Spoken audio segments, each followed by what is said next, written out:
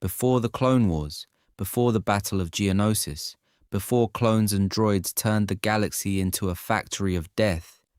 There was another war, a war so old the Council barely speaks its name, a war so brutal the Jedi tried to erase it from history, because it didn't just kill people, it wounded the Force. The planet was ash, the year was forgotten. Once it had forests, cities, oceans. Now there were only glassed plains and shattered temples, frozen mid-collapse as if time itself had flinched. The air tasted burned. The sky was a permanent bruise. And in the silence above the battlefield, the Force did not feel calm or luminous or dark. It felt scarred. Millions had marched here in shining armor and in tattered robes, armies of warriors who didn't need blasters because their faith was a weapon. They came from an age before the Republic Senate, before the Grand Army, when the first mystics reached into the wellspring of life and discovered that invisible energy binding the galaxy together. Back then, they were called Jedi. They believed in balance, light and dark held in tension. It wasn't a perfect system. That was about to change very quickly. Passion turned to ideology. Ideology turned to fanatics. Some Jedi claimed that to truly master the Force, emotion and power had to be unleashed, not restrained. Others warned that rage was a poison that would echo through the entire galaxy. The first great schism tore their order apart. Friends became commanders. Commanders became warlords. The legions of Leto rose under Zendor, and for the first time, Force users didn't just argue about philosophy, they built armies and tried to prove they were right by burning worlds. This is the story of that escalation, of dark experiments in forgotten laboratories, where exiled Jedi twisted life itself, breeding abominations that fed on fear and drained planets to husks. Of the 100-year darkness, when heroes who had once sworn to protect life began harvesting it, turning living beings into fuel for their own survival. Of the moment those exiles fled to Korriban, enslaved a red-skinned species, and the word Sith stopped meaning a people and became a religion of conquest. Sith empires rose. Jedi-led coalitions of worlds fought back. Entire sectors vanished into ritual wars where children were born only to die on altars of prophecy. Hyperlanes became graveyards. The galaxy learned that when enough Force sensitives suffer, the Force itself screams. 3 eras of conflict that almost erased the Jedi. 3 eras that convinced the survivors to carve a new code. No emotion, no attachment, no power for its own sake. 3 eras that set the pattern a future chosen one named Anakin would walk straight into. This is the hidden prequel to every Republic war, every Council debate, every fall to the dark side. This is the story of the ancient war that nearly destroyed the Force, and why the Jedi tried to bury it. So this isn't a video about the Clone Wars. Not really. It's about the ancient Force wars that guaranteed the Clone Wars would happen, long before the Republic, the Senate, or a single clone ever existed. The time frame here is enormous. Thousands of generations before Anakin, before Yoda, before the Council sat in that high chamber on Coruscant, pretending the dark side was clouded and distant. This is the story of a chain of conflicts that starts with the first people who could even feel the Force, and ends with Sith empires, broken worlds, and a Jedi Order so traumatized it rewrote its own birth certificate. It begins on worlds most Jedi barely remember as legends, primeval Force nexuses, the wellspring of life, and then Tython. The planet was Tython. The year was so early that standard calendars do not even bother. Here the Jedi gathered. Not yet Jedi, not yet sworn to light only, but dedicated to balance, light and dark, passion and serenity, creation and destruction. It wasn't a perfect system, but it held until the first real argument over what the Force was for turned into a war. That was about to change very quickly. The first great schism erupted when figures like Zendor and the legions of Leto decided the Force was meant to be used, not restrained. Attachment, emotion, personal ambition, these weren't temptations to be resisted, they were tools. The early order answered with exile, then with armies, force blades, planetary sieges. The guardians of peace learned how to wage war on their own. Their victory didn't end the problem, it buried it. The same pattern returned in the 100-Year Darkness.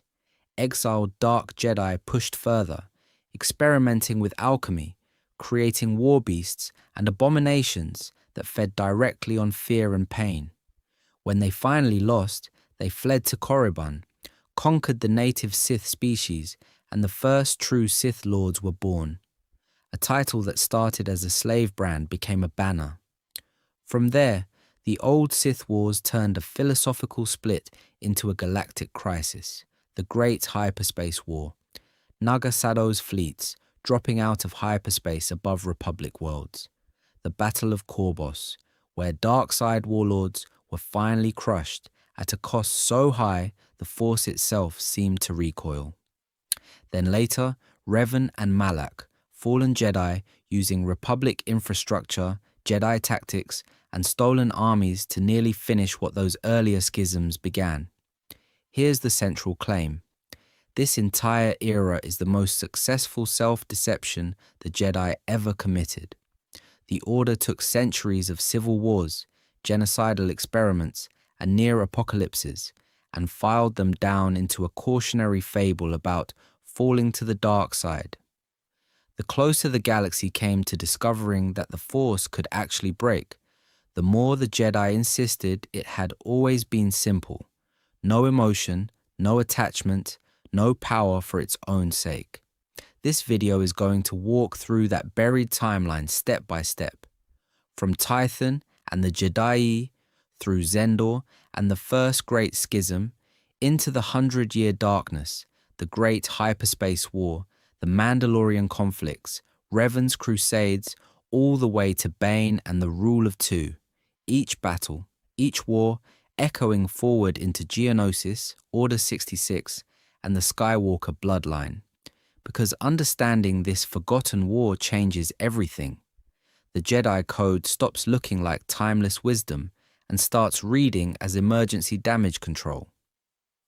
The Rule of Two stops being a clever Sith innovation and becomes a desperate containment strategy. And Palpatine's plan? That stops being unprecedented and starts looking like the latest move in a pattern that began the first time a Force-sensitive picked a side. The next step is to go back to the very beginning, before the word Jedi existed, and watch the Force itself become a battlefield. Before there were Jedi, before anyone in the Republic had ever heard the word Sith, the Force was already there. Vast, untamed, watching a young galaxy try to figure out what it had just been handed. This is the story of that first contact. Long before councils and codes, legends spoke of places where the Force wasn't subtle at all. It roared, worlds where reality thinned and something deeper bled through. The wellspring of life. A hidden world so saturated in energy that every leaf, every current of water was a lesson waiting to be learned. Pilgrims didn't arrive there with star charts and navigation computers. They arrived in myths, dreams, and half-remembered visions that entire cultures built religions around. Other nexuses flickered across the map. Forest moons, where time moved strangely. Cavern worlds whose crystals sang back when touched. There were no Jedi temples on these planets, no Sith academies, but there were caves carved by hands that understood the Force long before anyone tried to name the light or the dark. Around these nexuses, certain species woke up differently. Some were ancient orders of shamans on distant, unnamed worlds. Some were towering, near-godlike beings who treated suns and storms the way later Jedi treated doors and datapads. The ones of Mortis would become one of the strangest echoes of this era, a family that didn't just use the Force, but embodied its extremes, turning balance into a literal household argument. And above even them, whispered through fragmented lore, something else. The Wills, not an army, not a senate. Archivists of existence itself, if the rumors are even half true, watching the galaxy's experiments with power the way a historian watches a war they already know the ending to. For everyone closer to the ground, early Force use wasn't a philosophy seminar. It was survival. A village seer who felt storms coming days in advance. A warrior priest who could leap a canyon and return carrying a wounded comrade. A healer whose touch calmed fevers and occasionally stopped hearts. It wasn't a perfect system. Some talents were revered, some feared, many simply misunderstood. Crucially, there was no clean split yet, no light side banners on one hill and dark side banners on the other. The same shaman who blessed crops might curse an enemy. The same warrior who defended a tribe might bend the weather to annihilate a rival. The Force was one ocean. Intent was the only real difference between a wave that carried a ship and a wave that broke it. That was about to change very quickly. As cultures grew, so did ambition. On one world, an order of seers used the Force to listen to ecosystems, predicting migrations, easing famine, trying to keep their planet in equilibrium. On another, a dynasty of warlords used the same energy to crush gravity, hurling boulders and enemies aside, rewriting the landscape as a warning. Some called the Force a current to move with. Others called it a weapon to aim. Those arguments began as debates around fires and in stone circles. They ended with burned forests, poisoned seas, and a quiet, terrifying realization. If this power could change a valley, it could break a world. So rumors spread of a new idea. A gathering place, a planet strong enough in the Force to test a dangerous theory, that balance wasn't surrender, and it wasn't domination, but something in between. The planet was Tython. The year was so early it barely has a number, and on that world, the first serious attempt to live between light and dark would create the Jedi, and the first hint that balance might be the most unstable position of all. Tython was not a peaceful world. It was a pressure gauge for the entire galaxy. When the Force tilted too far toward light or dark, the planet itself reacted, hurling storms across continents and tearing open the ground in quakes that could erase a temple in an afternoon. On Tython, philosophy wasn't an abstract debate in a quiet council chamber. It was weather. It was whether the mountain under your feet stayed a mountain or became a landslide. The Force there was so dense, so immediate, that a single Jedi losing control in anger could trigger a localized storm front. That was about to change very quickly for anyone who thought balance was just a nice word in a meditation manual. This is the story of the Jedi Order, the first attempt to live with that kind of power without letting it turn into open war. They named the luminous, selfless current of the Force Ashla and the shadowed, passionate current Bogan. Neither was banned, neither was worshipped. The danger, they believed, lay in leaning too hard in one direction and dragging the whole planet with them. So their training methods were brutal in a very calm spiritual way. Initiates who tipped too far toward compassion, detachment, and serene Ashla were exiled to Bogan, the dark moon, until they confronted the anger and desire they were denying. Those who indulged too much in Bogan's passion and aggression were sent to Ashla, the bright moon, to sit with their guilt, their empathy, their capacity for restraint. It was exile as therapy, and the planet was the therapist keeping score with lightning. Their order reflected that same obsession with balance. Multiple temples ringed Tython, each devoted to a different aspect of the Force, martial discipline, healing, science, philosophy, foresight.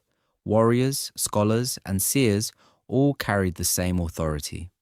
The Jedi Council was built around experience rather than rigid dogma. A battle-scarred ranger and a contemplative sage could argue as equals over how to respond to a tremor in the Force. It wasn't a perfect system, but it produced beings who could channel passion without being consumed, and serenity without becoming inert. A Jedi warden might ignite a blade in righteous fury to protect a village from a rampaging beast, then stand in the aftermath and genuinely grieve for the creature. Aggression, then compassion, attachment, then release. On Tython, that wasn't hypocrisy, that was survival. The cost was that every day felt like walking a tightrope in a hurricane, constant self-monitoring, constant fear that one stray emotion might not just doom the self, but crack the planet. Over decades, that strain built up. Some Jedi began to ask a dangerous question. What if the problem wasn't imbalance, but balance itself? Charismatic figures emerged, arguing that true mastery meant choosing a side and committing. Ashlar-only idealists who wanted pure order. Bogan-focused visionaries who praised passion as the engine of evolution.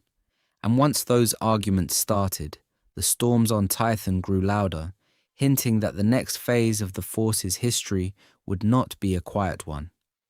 Daily life on Tython looked peaceful. It wasn't. Jedi warriors spent mornings in council chambers, mediating border disputes between Tython's moons, breaking up mining claims that threatened sacred sites, and quietly reminding ambitious governors that the planet itself had opinions. Afternoons, mystics hiked into storm-scarred valleys to study Force tempests, mapping where Ashlar's gentle pull flipped, without warning, into Bogan's violent surges. Every evening ended the same way, recentering. Ashlar at dawn, Bogan at dusk, meditation circles where initiates were marched from one moon's influence to the other, forced to sit in the pressure until their thoughts stopped racing. It wasn't a perfect system, but for generations it worked well enough to keep the planet from tearing itself apart. This is the story of what happens when well enough stops being enough for the people in charge of the balance. Because a new faction inside the Jedi started asking a dangerous question. If the Force could heal, shield, and guide, why hold back? These were the progressives of their age, arguing that balance was just fear with better branding. They looked at Ashlar-only idealists and Bogan-focused visionaries and said, "Stop pretending you can stand in the middle forever. Choose, commit, advance." They pointed to experiments on Tython's moons, warriors who leaned into passion in combat and found their reflexes sharpening beyond recorded limits, seers who allowed attachment to their students and, in crisis, saw futures with terrifying clarity. Passion, they argued, was an accelerant. Attachment was an anchor. Together, they could turn a scattered order into something closer to an army, capable of defending the galaxy if another primordial war ever reached their skies. Conservatives pushed back hard. To them, this wasn't bold innovation. It was historical amnesia. They remembered earlier, smaller disasters, a research enclave that overcharged a Force nexus and triggered a quake that erased the valley, a weather-working ritual that spiraled into a planetary storm, forcing an evacuation of half a moon. Every time emotions spiked, Tython answered. Every time someone tried to weaponize the balance, the planet reminded them who actually held the high ground. So the debates turned technical, then theological. Should the Jedi extend individual lifespans with focused Force healing, risking leaders who never relinquished power? Should they prototype mass battlefield techniques, planetary shields, telekinetic artillery, mind-synchronized battle formations that could end a war in a day or erase a city in an hour? Listening in, a later Jedi Council during the Clone Wars would have recognized almost every argument. Different era, same fear. Once the Force is militarized, does it ever go back in the box? In private chambers, the questions grew sharper. Could the Jedi design a preemptive strike doctrine for hypothetical Sith that did not yet exist? Could they justify inaction if they had the power to prevent future genocides? That was about to change very quickly because one name kept surfacing in those closed-door sessions, spoken with admiration by the ambitious, with dread by the cautious. A Jedi master whose proposals stopped being theory and became plans, Zendor. And once Zendor moved, the balance on Tython would not crack quietly. Zendor stepped into that vacuum like a storm given human shape, brilliant, charismatic, unafraid to say the quiet part out loud in front of the entire council. To him, balance was not about denial, it was about integration, passion, attachment, personal will. These were not temptations to be suppressed, but engines to be harnessed. A Jedi who refused to love, in Zendor's eyes, could never understand what they were fighting for. A Jedi who never felt anger could never grasp the true cost of injustice. This is the story of the first great heretic who didn't see himself as a villain at all. He saw a stagnant order, terrified of its own shadow, slowly convincing itself that safety mattered more than truth. Zendor began to gather students and peers who agreed, not outcasts, not obvious extremists. Some were respected researchers, blocked from pursuing deeper studies into the dark side's currents on Tython. Others were warriors who had watched border conflicts flare while the council refused to intervene, insisting the Force would correct itself. They started meeting in remote enclaves, in the shadow of Tython's storm-racked poles, and in off-world retreats on worlds like Leto.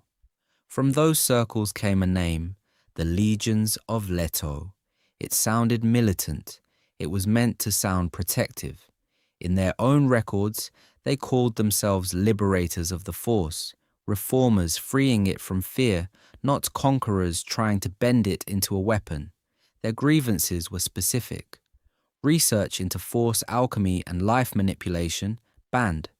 Meditation traditions that intentionally rode the edge of rage and grief shut down. Proposals to use Jedi skill to end brutal planetary wars before they escalated, rejected as overreach. It wasn't a perfect system. The Council's caution preserved many lives, but it also created a pressure cooker of frustrated talent, convinced the elders were hoarding the most dangerous and therefore most interesting truths. The tipping point came with a crisis on a frontier world, when a solar flare chain reaction threatened to sterilize an entire colony. The Council ordered evacuation and acceptance of the will of the Force. Zendor ignored them. He and his followers used forbidden techniques, mass telekinetic redirection, dangerous energy channeling bordering on self-immolation, to stabilize the star long enough for the colonists to escape. Tens of thousands lived. The price was severe psychic backlash, weeks of recovery, and unmistakable dark side signatures echoing through the system. So what Obi-Wan found in a Geonosian arena, the Jedi had just found in their own ranks, power deployed decisively, at a cost no one yet understood. The Council's response was censure, public condemnation, moves to strip Zendor of authority. That was about to change very quickly because Zendor refused to recant. If saving lives through passion was a crime, then the crime was righteous. He declared open defiance, rallied the legions of Leto, and turned Leto into a fortress world. And so, for the first time, Jedi ships faced Jedi ships in orbit. On the ground, in a stormlit canyon on Tython, something even worse happened. Blades ignited, blue, green, and now crackling, unstable reds, crossed between brothers and sisters who had once meditated together. The first great schism had stopped being a debate. It had become a war. The first great schism became the nightmare the Jedi had never prepared for. A war where the enemy spoke the same oaths, wielded the same power, and knew every weakness. This is the story of peacekeepers who discovered what happens when the Force stops being a language and becomes a weapon. The first shockwave hit Tython, but it didn't stay there, as Zendor's followers broke blockade lines and slipped into the wider system. The legions of Leto turned from a rogue sect into a roaming army. They hit Ashla and Bogan outposts, raided Jedi way stations, and broadcast their message to every discontented adept in the sector. Worlds that had chafed under Jedi mediation, frontier colonies, warrior cultures, merchant clans, suddenly had a champion promising power without restraint.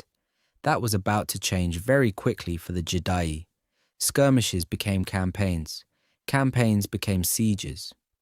On the moon of Krev Kur, balanced Jedi defenders tried to hold a crystal refinery against Leto, shock troops who fought with unrestrained passion. The Jedi moved in measured forms, conserving energy, preserving options. The Leto slammed into them in screaming charges, channeling rage, grief, and triumph into every strike. In the opening minutes, the aggressors usually won. On the basalt plains of Leto itself, it got worse. Zendor's generals unveiled early dark techniques the Jedi had no doctrine for. Battle meditation, once used to steady allies, was twisted into fear amplification, rippling through enemy ranks until disciplined adepts felt phantom claws at their minds. Selected warriors were driven into force-enhanced berserker states, their pain centers drowned, their bodies burning through reserves that should have taken days in a single hour. It worked, until it didn't. Because there was a cost, berserkers collapsed, dead on their feet. Fear tides sometimes rebounded, triggering friendly units to break. In backline temples, Leto sages experimented with crude precursors to later Sith sorcery, bleeding life from captured fauna to fuel destructive rituals. It wasn't a perfect system. It was brutal, unstable, and terrifyingly effective in the short term. The psychological toll on the Jedi was worse than the casualties. Council members found themselves authorizing strikes on enclaves led by former students. On one nameless canyon world, a Jedi warden recognized the fighting style across the field. It belonged to the friend who had once saved her life in a Tython storm. She killed him anyway. Afterwards, she couldn't touch the Force for weeks. Even the planet reacted. Tython's hypersensitive balance buckled under the growing dark surge. Storms of raw energy raked continents. Quakes shattered ancient shrines. And entire regions became no-go zones as the world itself tried to discharge the imbalance. The war wasn't just scarring people, it was scarring the terrain the Force flowed through. Back in their central temple, the Jedi Council froze between principle and survival. Integrate the Leto and risk normalizing these techniques forever, or crush them and risk becoming the thing they feared. In the end, they chose precedent over mercy. The final campaigns were extermination in all but name, fortresses razed, archives burned, survivors hunted down and driven into exile. So what Obi-Wan found, millennia later, in a republic already rotting from within, was an echo of this decision. When faced with internal dissent, the guardians of peace had learned to answer with banishment and erasure, not reconciliation. And that choice was going to come back.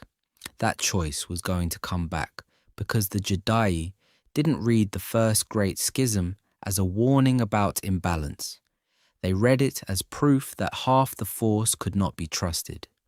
The survivors looked at Zendor's crusade, the legions of Leto, the near extinction of their own order, and drew a brutal conclusion. Passion Attachment and shadow weren't tools to be mastered, they were contagions. Once you opened yourself to them, they spread. The war became their cautionary tale. Not walk the middle path carefully, but never walk near the edge again. In their eyes, Zendor hadn't just abused freedom. Freedom itself had become the problem. This is the story of how a philosophy that once trained its adepts in both light and dark decided to amputate half of itself. On Tython, the old Jedi temples of balance were cleared, archives redacted, and curricula rewritten. Explicit dark side training was quietly abandoned. No more sanctioned experiments with rage, no more meditations on shadow. Instead, the Order rebranded around a single pole of the spectrum and even changed its name to signal the break. Jedi became Jedi. The new branding was not subtle. That was about to change very quickly in their internal culture. Where Jedi masters had once said, "Know your anger so it cannot rule you," early Jedi councils began insisting, "Detach from anger so it cannot exist in you at all." Zendor's fiery speeches about love, desire, and power echoed in their memory, so the counter-creed took shape as a direct rebuttal. There is no emotion, there is peace. There is no passion, there is serenity. These weren't abstract spiritual lines. They were point-by-point answers to a dead rebel's manifesto. It wasn't a perfect system. Suppressing half of sentient experience is difficult when the galaxy keeps handing you reasons to feel. But institutionally, the Jedi doubled down. Attachments were discouraged, then forbidden. Families were replaced with the temple. Individual vision gave way to council consensus. The more they tried to erase the shadow from their students, the more they had to centralize authority to police it. Meanwhile, Tython itself refused to cooperate. The planet's hypersensitive force storms, once seen as a living mirror of balance, became a constant reminder of what they now feared. Each surge of dark energy felt like the planet accusing them. Temples were damaged. Pilgrims died. Eventually, the calculus flipped. The world that had birthed their order was now too volatile to be its capital. So, the Jedi left. They scattered to calmer nexuses of the Force. Ossus, with its great libraries, Coruscant at the Republic's political heart, trading Tython's raw equilibrium for stability and proximity to the Senate. The planet was Tython. The year was lost to legend, but the move set a pattern. From then on, the Jedi would live above the galactic city, not inside the living storm. On paper, they had won. The Dark Adepts were dead or exiled. The new Jedi Order was unified. The code was clear. By denying half the Force, they believed they had solved the problem. What they had really done was bury it, deeper in the unconscious, deeper in the cracks of the code, and deep out in the galaxy, where the exiles were about to rename themselves something else. Sith. The name was new. The instinct behind it was not. Sith gave the exiles a banner, but the real danger was back in the Republic, inside the Order, that thought it had cured itself by cutting out half its own nervous system. So the Council rebuilt the curriculum from the ground up. Serenity, detachment, non-attachment to people, to planets, to outcomes. The Force was framed as a calm ocean, not a storm, and every technique that stirred the waters too violently was relabeled. Force lightning, battle meditation that tampered with enemy minds, any art that touched life and death directly, filed under one word, forbidden. On paper it was simple.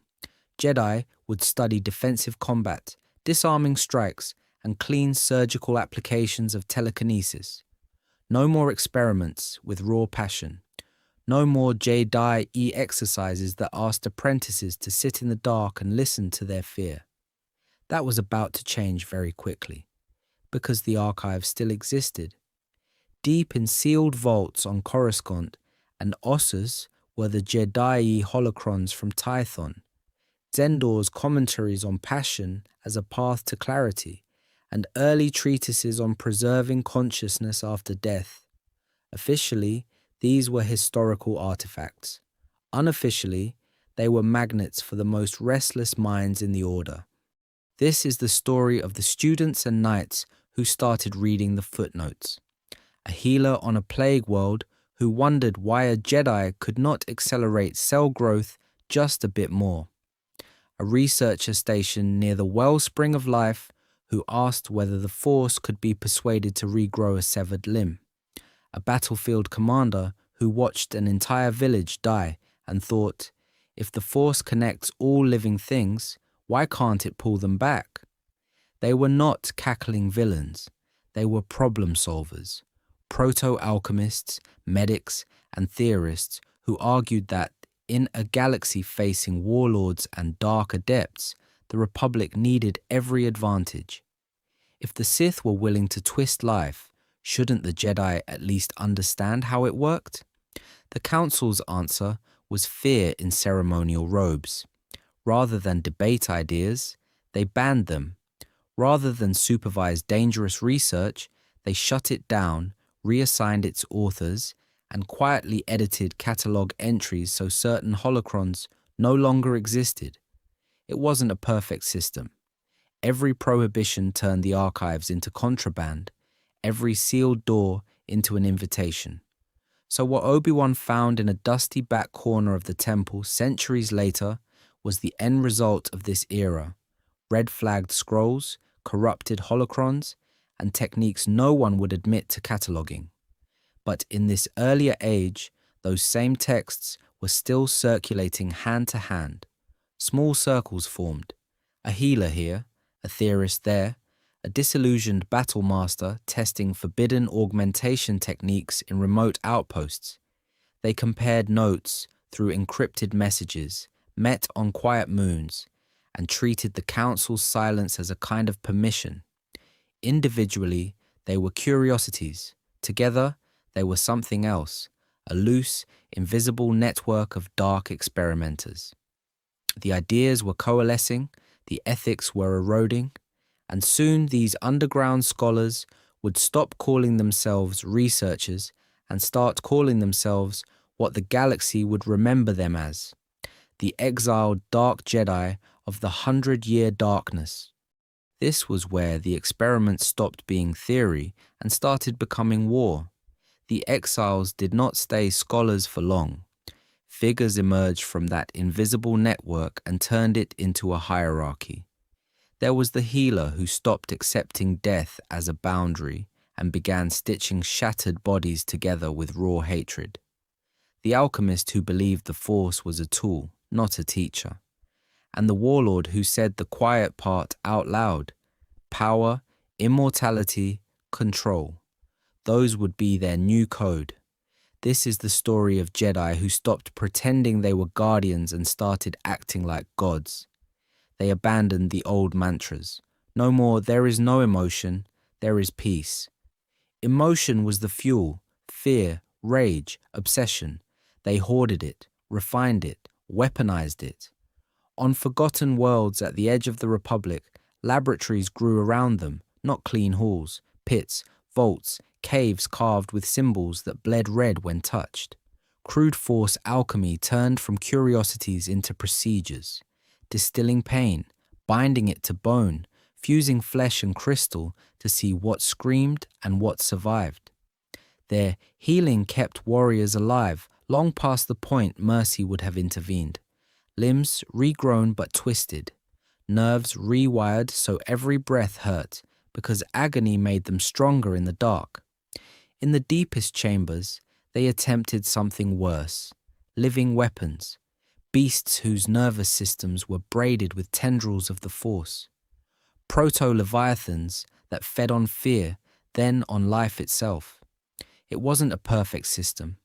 Sometimes the creatures ate their creators. Meanwhile, the Republic was changing. The Senate's reach had expanded across thousands of worlds, but its institutions hadn't caught up. The Republic had laws, trade lanes, tax zones. What it did not have was a real standing army. The Jedi were still the closest thing to soldiers the Republic had, and there were only a few thousand of them, scattered across a galaxy of billions. That was about to change very quickly, because the exiled Dark Jedi did something no schismatic had done before. They started recruiting, not just Force sensitives, planetary militias, disillusioned governors, pirate fleets hungry for legitimacy. Worlds that felt ignored by the Senate and humiliated by distant Jedi mediators suddenly had an alternative.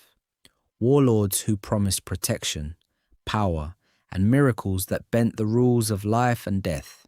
So now, the Republic faced a nightmare it had never planned for. Not separatists arguing over tariffs, rogue Jedi commanding armies and marching into battle flanked by howling abominations.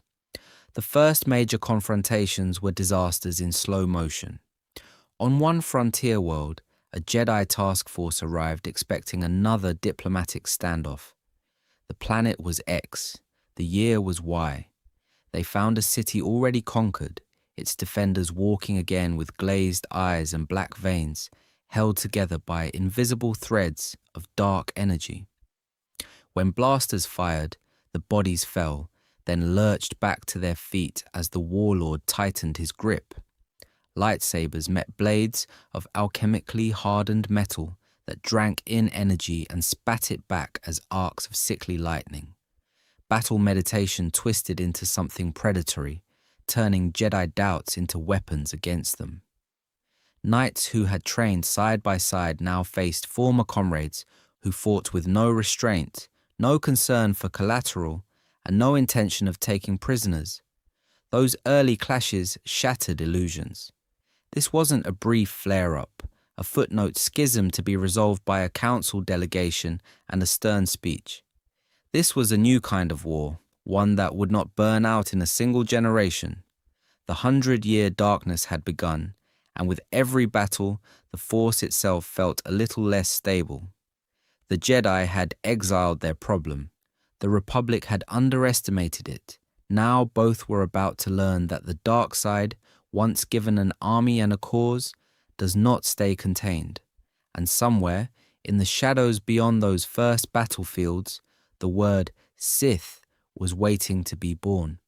Out beyond the exile lines, the war stopped looking like a war and started looking like a laboratory. Battlefields turned into petri dishes. Whole ecosystems became test subjects. This is the story of what happens when Force users stop asking what they should do and start asking what they can get away with. At first, the creations were small. Beasts twisted by rage. Predators bred to hear fear in the Force the way normal animals smell blood.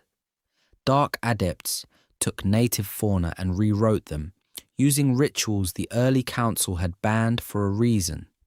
The result was hunting packs that could sense a Jedi across kilometers, track them through rock and durasteel, and grow stronger on the terror they caused. It wasn't a perfect system. Sometimes the creatures turned on their makers. The Dark Jedi took notes and tried again. That was about to change very quickly, because once they learned they could hardwire hunger for the Force into an animal, they pushed it further. Proto-Leviathans appeared on fringe worlds, vast slug-like titans that fed on life energy itself. When one passed, forests went grey, oceans went still, and every living thing in its path dropped in an instant, drained like a battery. From orbit, the scars looked like burn marks.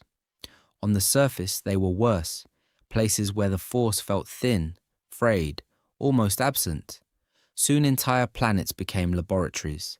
No Senate oversight, no Republic law, just exiles and their experiments. Populations were enslaved, then repurposed. Villages were exposed to alchemical plagues that rewrote bone and sinew, turning civilians into shock troops bound to their creator's will. Others were marched into ritual circles and sacrificed in waves, their deaths timed to fuel new experiments in weaponized prophecy and battlefield possession. The goal was simple: find out how far the dark side could be stretched before it snapped. So what Obi-Wan found on Geonosis, millennia later, a droid foundry world optimized for war, had a grim ancestor here, living worlds optimized for corruption. The Jedi strike teams that finally pushed into these regions reported something worse than enemy armies. They reported silence. On some worlds, the Force pressed down on them, thick and heavy, every breath a struggle against invisible pressure. On others, it was eerily quiet, as if the galaxy had turned its head away. Those were the first Force wounds, not just dark side nexuses, but absences. Places where too much death, too much deliberate twisting, had torn a hole in the underlying field. Korriban's tomb world atmosphere, Malachor's glassed plains, the storm-racked rituals of Exile, those later horrors trace back to these prototypes, when the exiles learned that if the Force is a living thing, it can be scarred. For the first time, the galaxy understood a terrifying possibility. The Force was not just something the Jedi or the Sith could misuse. It was something they could permanently damage. And somewhere, on a world that had already started to bleed in the Force, one of those exiles realized the wound could be more than a side effect. It could be a weapon. A wound in the Force that could be turned into a weapon meant one thing: the old rules were no longer enough. The Guardians of Peace were now fighting for their own survival. And when an order built on restraint faces extinction, restraint is usually the first casualty. This is the story of the moment the Jedi stopped being a monastic brotherhood and started becoming a war machine. The exiles' abominations were no longer isolated horrors. They were marching with armies. Leviathans that drank life from cities. Dark legions wielding alchemy and terror. In response, the Council began authorizing operations it would once have denounced as unthinkable. Jedi no longer just led small task forces. They coordinated entire planetary campaigns, directing Republic fleets, siege lines, and massed infantry in a war that looked disturbingly familiar to later Clone Wars tactics. Preemptive action became standard doctrine. If a dark warlord showed signs of preparing a ritual, whole battalions deployed before the first civilian was touched. Temples suspected of housing Sith experiments were not infiltrated and studied. They were bombarded from orbit. That was about to change very quickly from defend and contain to strike first, strike hard, leave nothing that can grow back. Inside the Order, the debates turned vicious. Some masters argued they had to fight fire with fire, studying the exiles' techniques to counter them.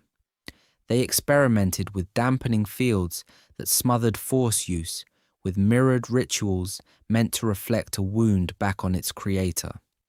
Others warned that even learning the theory of these arts pulled the mind toward corruption. The council chamber, once a place of quiet consensus, became a courtroom where every new tactic felt like a small betrayal of the code. On the front lines, that betrayal got personal. There were recorded battles where Jedi let rage surge through them for a single decisive charge, carving through dark champions with a ferocity that made their own troops recoil. There were sieges where commanders used mind domination on enemy officers, forcing them to order retreats straight into kill zones. In one notorious engagement, a Jedi general collapsed a canyon to stop an advancing monstrosity, knowingly burying an allied regiment that had not yet cleared the pass. The war was won. The cost was written in the Force. It wasn't a perfect system. Victories accumulated, but so did scars. Jedi reported nightmares of drowning in black oceans. Battle-hardened knights flinched at temple bells because they sounded too much like artillery. Meditation no longer brought peace. It replayed every ruthless choice in perfect detail. The Order was winning battles and losing itself. So what Obi-Wan found in the Clone Wars A Jedi Council already comfortable with preemptive strikes and commanding legions had an echo here. Burnout, detachment, a quiet belief that perhaps the code was an ideal for peacetime, not a rule book for survival. That belief was the Sith's favorite opening. Backed into a corner, the Council made its most desperate decision yet. The scattered campaigns would end. Every available knight and master, every loyal army group would converge on a single world for a final decisive confrontation with the Dark Jedi. The planet was Korbos. The year was lost to most records. The Jedi intended that what happened there would never be repeated. The planet was Korbos. The year was already being forgotten. Once it had been a quiet mining world on the edge of mapped space. During the 100-year darkness, it became something else entirely. The Dark Jedi turned it into a laboratory, a proving ground, a graveyard. Caverns lined with broken crystals from failed focusing arrays. Valleys where the soil itself pulsed faintly with corrupted Force energy. This is the story of a world that died in a single battle and refused to stop screaming. When the Republic finally came, it did not come gently. Thousands of Jedi, whole army groups of loyal soldiers, planetary militias, mercenary auxiliaries, anyone the Council trusted not to break on contact.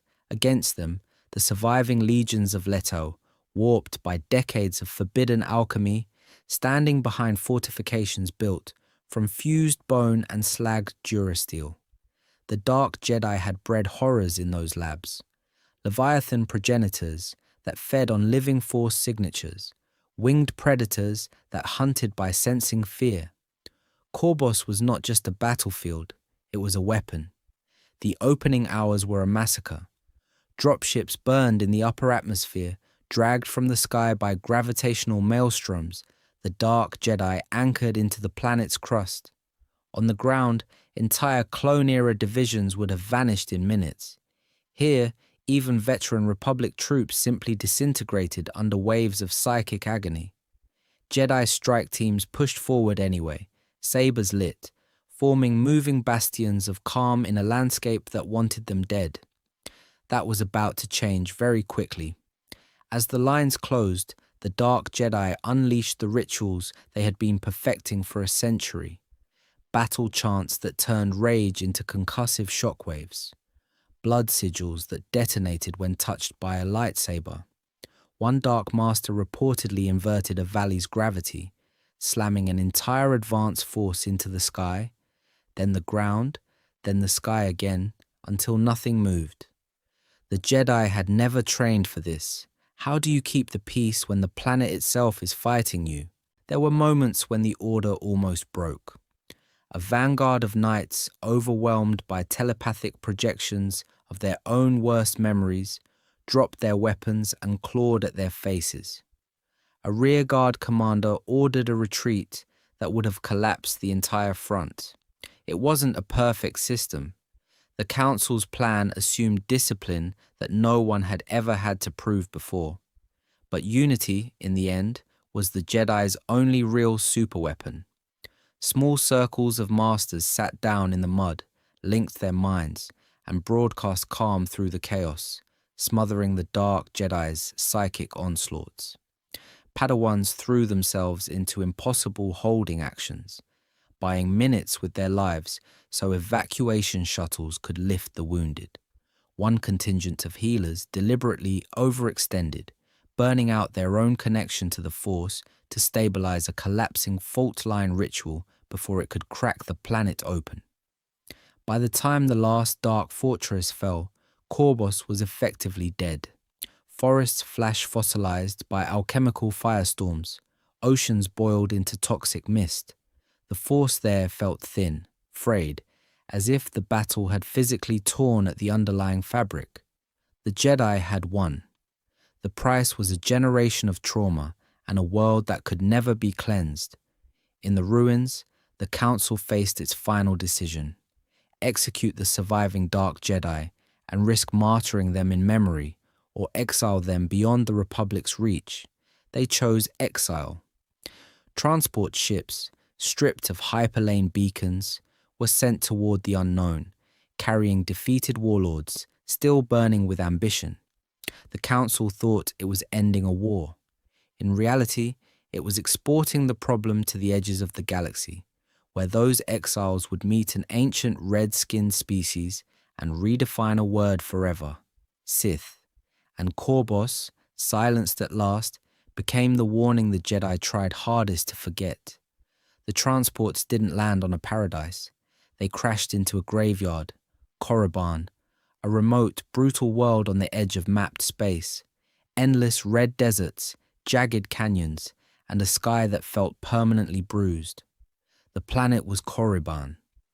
The year was so ancient, even the Jedi refused to write it down. The ground itself was saturated with dark side energy, a natural amplifier for rage, fear, and hunger. And Korriban was not empty. It was home to the red-skinned Sith species, a people who had never heard of the Republic, the Senate, or the Council. They had their own empires, their own priest kings, their own mystic traditions built around this hostile world. Sith sorcerers carved tombs into the rock, performed blood rites under storm-choked skies, and treated the dark side as a living, demanding god. Into this walked the exiles from the 100-year darkness. They arrived wounded and furious. These were defeated warlords, stripped of rank and name by the Jedi, but absolutely convinced they had been right. No more lectures from the Council, no more restrictions on experiments, no more pretending the Force was only serenity and self-denial. Out here, in a galaxy's forgotten corner, they were finally free to prove their philosophy on a planetary scale. That was about to change very quickly for the natives. The exiles had starships, advanced weapons, holocrons full of techniques the Sith species had never seen. Most importantly, they had disciplined, battlefield-hardened control of the Force. Against tribal armies armed with blades and totems, a single dark Jedi could rip boulders from the ground, choke chieftains from across an arena, or turn a sandstorm into a guided missile. So the first encounters were not negotiations. They were revelations. To the Sith species, these pale off-worlders looked and moved like the gods their legends had only hinted at. Lightning from bare hands, wounds sealed with a gesture, voices that could slip into a mind and bend it. The exiles leaned into that image ruthlessly, accepting worship, demanding tribute, and using terror as a teaching tool. This is the story of conquerors who arrived as prophets. Over time, the relationship shifted from awe to rule. The dark Jedi interbred with the Sith, creating hybrid bloodlines that tied divine authority to family names. They learned the Sith language, took on titles like Gen Ari, Dark Lord, and wrapped themselves in local regalia. In return, they absorbed Sith rituals, funerary rites in Tomb World catacombs, alchemical chants that weaponized Korriban storms, meditations that didn't banish emotion but sharpened it into a blade. It wasn't a perfect system. Rival exiles competed for temples, for apprentices, for access to the deepest tombs. But that competition only pushed them further. Sith beliefs gave the fallen Jedi a theology for their ambition.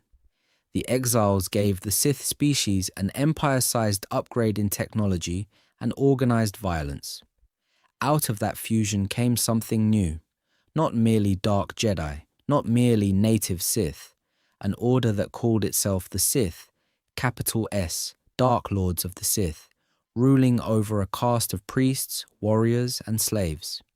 Hidden on a dead red world, they began to dream of a future where the galaxy that had exiled them would kneel.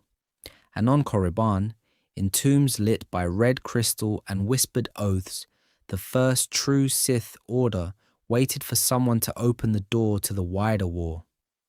On Korriban, waiting didn't mean resting. It meant building an empire in the dark. The Sith who had crawled out of the 100-year darkness took the shattered remnants of their defeat and turned them into a blueprint for rule. They had no senate, no council, no pretense of shared governance. At the top sat a dark lord of the Sith, surrounded by rival apprentices and warlords, each commanding their own warrior caste and priesthood. Below them, overseers, alchemists, inquisitors. And under all of that, crushed by chains and shock whips, the native Sith species and imported slaves who worked the mines, bled in the arenas, and died in the laboratories. This was the story of a theocracy built around the dark side itself. Temples weren't houses of worship. They were military headquarters, research labs, and torture chambers stacked on top of each other. Priests doubled as propagandists, chanting litanies that rewrote history. The exiled Jedi weren't criminals, they were visionaries. The Republic wasn't a government, it was a cage. The Jedi weren't guardians of peace, they were jailers of potential. It wasn't a perfect system. It bled talent as often as it elevated it. But it produced exactly what the Dark Lords wanted. A population that believed power was sacred and mercy was treason. Their creed crystallized into something brutally simple. Power through passion, strength through conflict, victory as proof of worth.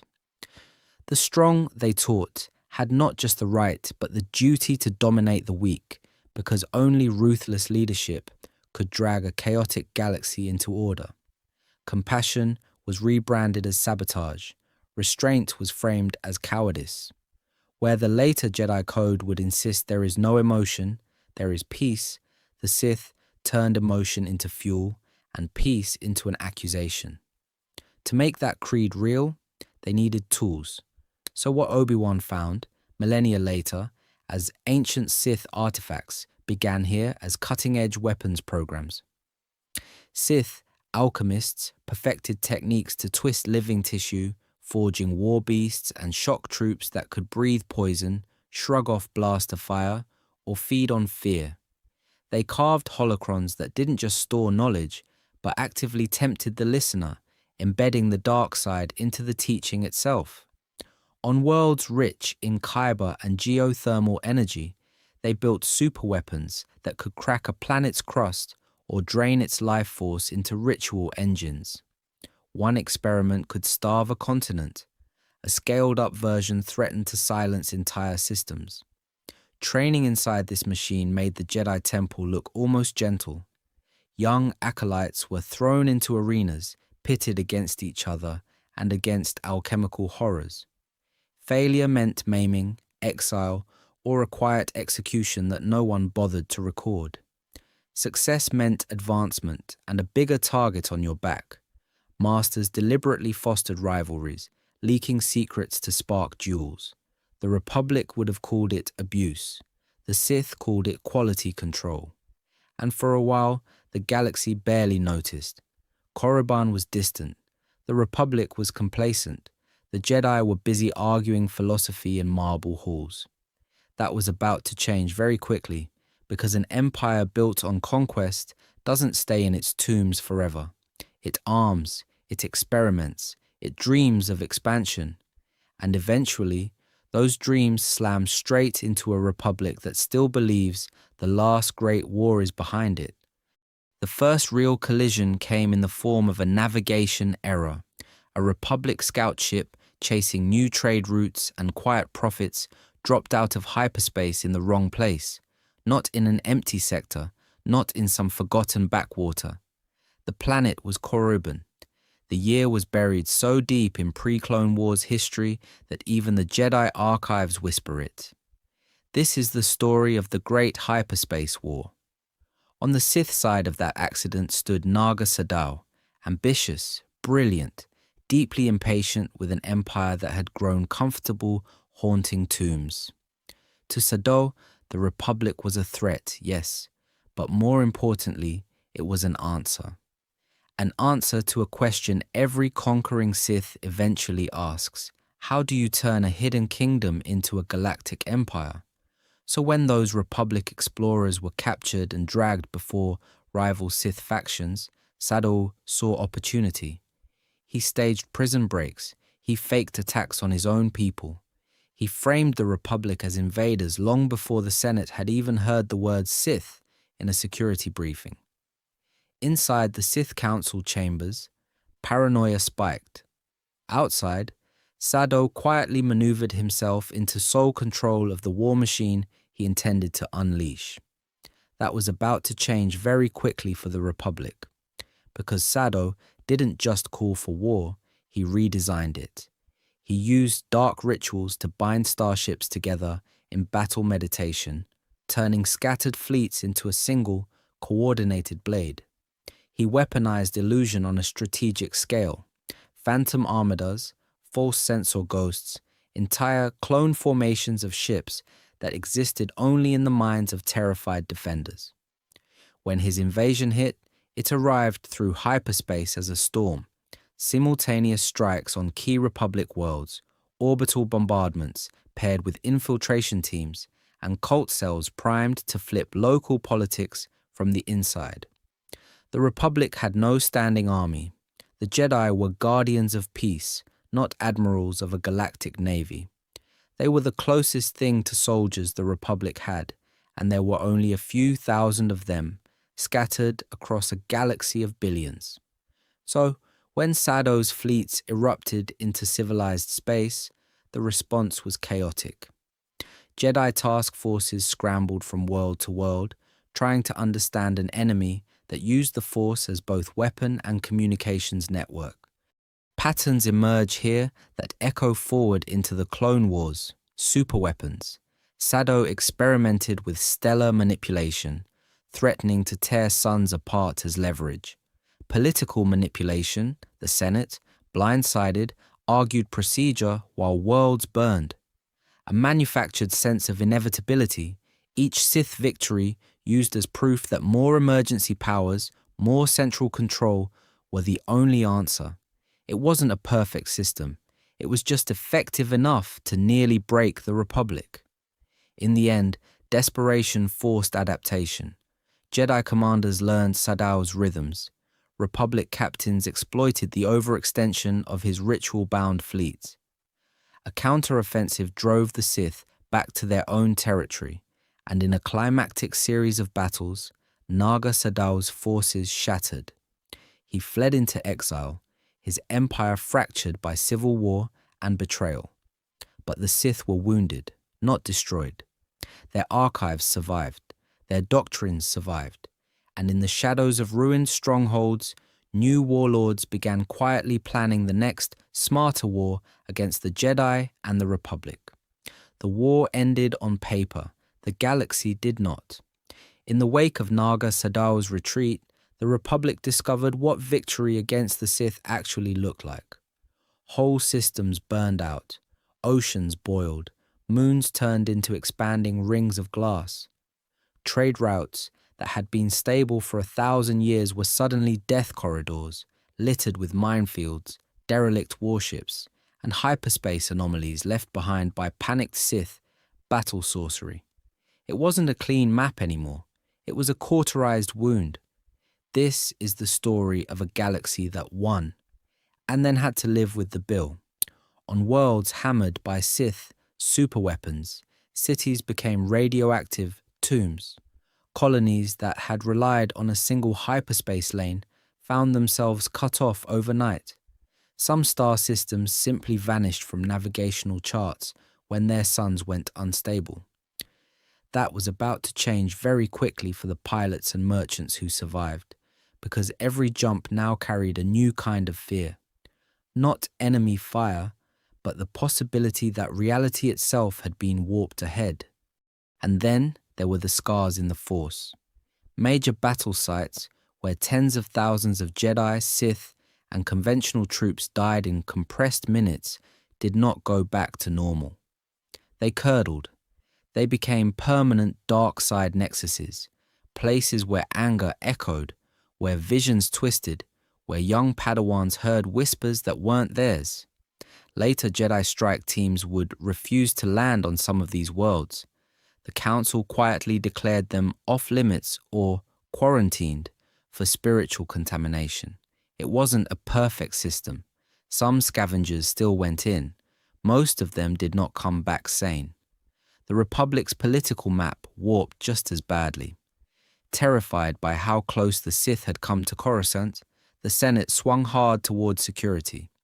Emergency Defense Acts stayed on the books. Regional fleets became a permanent peacekeeping army. New laws expanded Jedi authority outside traditional mediation. Preemptive arrests of suspected Sith cults, direct command over local forces during crises, broad surveillance of fringe force traditions from the Jedi-descended sects to obscure mystic orders on the Galactic Rim. So now, the Jedi found themselves holding two roles at once: guardians of peace, instruments of policy. Inside the Order, arguments broke out that would sound very familiar millennia later. Some masters insisted the Council had to accept this entanglement to prevent the Senate from building its own, less disciplined army. Others warned that every law-expanding Jedi jurisdiction pulled them deeper into the same political gravity that had birthed the Sith in the first place. The debate over warrior versus monk never really ended. It just went quiet whenever the next crisis hit. Meanwhile, in the shadows of those quarantined battlefields and lawless sectors, the pattern repeated. Sith warlords went to ground. Surviving cults smuggled holocrons through the broken trade routes. The Republic rebuilt its monuments, congratulated itself on surviving, and began to forget what the war had actually cost. The Force, however, remembered, and on some dead world, in a fortress everyone thought abandoned, a new apprentice was already opening an old archive, planning the next cycle. Because the great hyperspace war didn't close a chapter. It opened a loop the galaxy still hasn't escaped. The loop didn't just reset the battlefield, it rewrote the rulebook. Every time a Sith war ended, the Council added another lock on the door. After the first great schism and the legions of Leto, the early code hardened from guidance into law. Passion became dangerous. Attachment became suspect. By the end of the 100-year darkness, those cautions had crystallized into the lines everyone knows. There is no emotion, there is peace. This is the story of a creed turning into a containment protocol. Originally, Jedi on Tython had walked between light and dark, exiling themselves when they drifted too far either way, then returning in balance. It wasn't a perfect system, but it acknowledged that shadow came from within, not just from some external Sith boogeyman. That was about to change very quickly. Once exiled, dark Jedi crowned themselves over the Sith species on Korriban and launched true empires. The Council looked outward instead of inward. The solution, in their eyes, was control. So the code was revised again and again after each catastrophe. After worlds were drained in the old Sith wars, there is no emotion now meant do not trust your own feelings. There is no passion, there is serenity now meant do not love, do not grieve, do not form bonds the Council hasn't approved. Obedience, once a virtue, slid into an expectation. Disagreement became a warning sign. Philosophical debate, the kind that had once produced entire Jedi disciplines, was now something you quietly did not have. Training followed the same trajectory. Earlier Jedi had recruits who already had lives, families, even careers, before answering the call. In the later Republic, the Jedi took children as soon as they could speak, sometimes sooner, severing family ties before attachment could form. The path from initiate to Padawan to knight to master became a narrow corridor, walled in by tradition and council oversight. Questioning the war, questioning the Senate, questioning the council itself, all blurred together into the same potential fall. Pattern interrupt. At this point, the order that feared tyranny the most was quietly building its own miniature version. One code, one hierarchy, one acceptable way to touch the Force. Alternative traditions paid the price. Independent mystics, local force cults, even remnants of Jedi-style balance keepers were pushed to the margins. Some were absorbed and rebranded as Jedi-affiliated. Others were dismissed as heretical, or worse, as proto-Sith sympathizers. The Republic's bureaucracy helped. The Senate preferred one sanctioned order it could summon to a committee hearing, not 100 rival philosophies with their own opinions about the war. Over centuries, the early schisms were edited into morality plays. Zendor, the legions of Leto, the exiles who became the first Sith, were no longer complex figures in a long argument about how to live with power.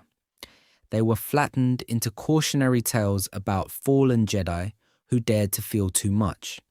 So what Obi-Wan found in the Clone Wars era was a temple whose own archives had turned history into warning labels, and that created a final lethal blind spot. The more the Jedi feared the dark as raw emotion or visible corruption, the less prepared they were to see its quieter forms. In committee rooms, in emergency decrees, in a chancellor who smiled, praised the order, and pushed the galaxy toward another manufactured war. The Jedi thought the worst was behind them. Ancient wars locked away in restricted archives. Dark Lords reduced to cautionary footnotes. That was about to change very quickly. This is the story of the old Sith Wars, reigniting around two of the Order's brightest stars, not monsters from the unknown regions, not faceless armies of Sith spawn. Two celebrated Jedi, trained in the temple, trusted by the Council, who would drag the Republic back into a nightmare it had tried to forget. The first was Ulic Qel-Droma. On paper, he was everything the Jedi wanted. Brave, idealistic, a frontline knight who believed the Republic could still be saved from corruption and war. When a brutal cult called the Krath seized power in the Empress Teta system, Ulic volunteered to infiltrate them, to end the threat from within. It sounded noble. It sounded strategic. It wasn't a perfect system. Embedded among the Krath, Ulic exposed himself to their poisons, their rituals, their relentless glorification of the dark. He told himself it was necessary, that he was strong enough to resist. But the more he fought their influence, the more he relied on anger and pride to stay in control, until control slipped. The mission to dismantle a dark regime ended with Ulic crowned as its warlord, commanding fleets against the very republic he had sworn to defend. The second was Exile Kun. Where Ulic was earnest, Kun was brilliant and openly arrogant, a prodigy who chafed at the Council's limits, convinced that true understanding of the Force meant studying every aspect of it, including the things the archives had wrapped in warning labels. So he went looking, to Ossus, to Yavin, to Korriban.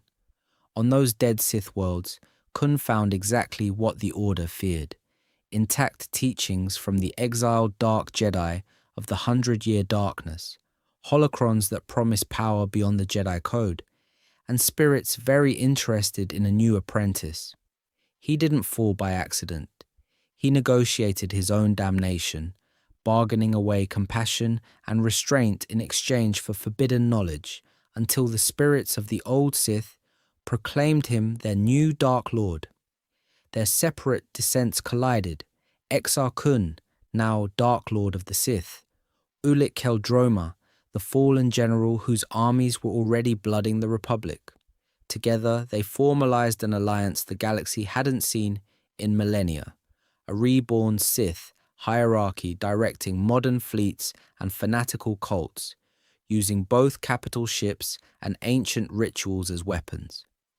Campaigns followed that made the Council's worst-case scenarios look conservative.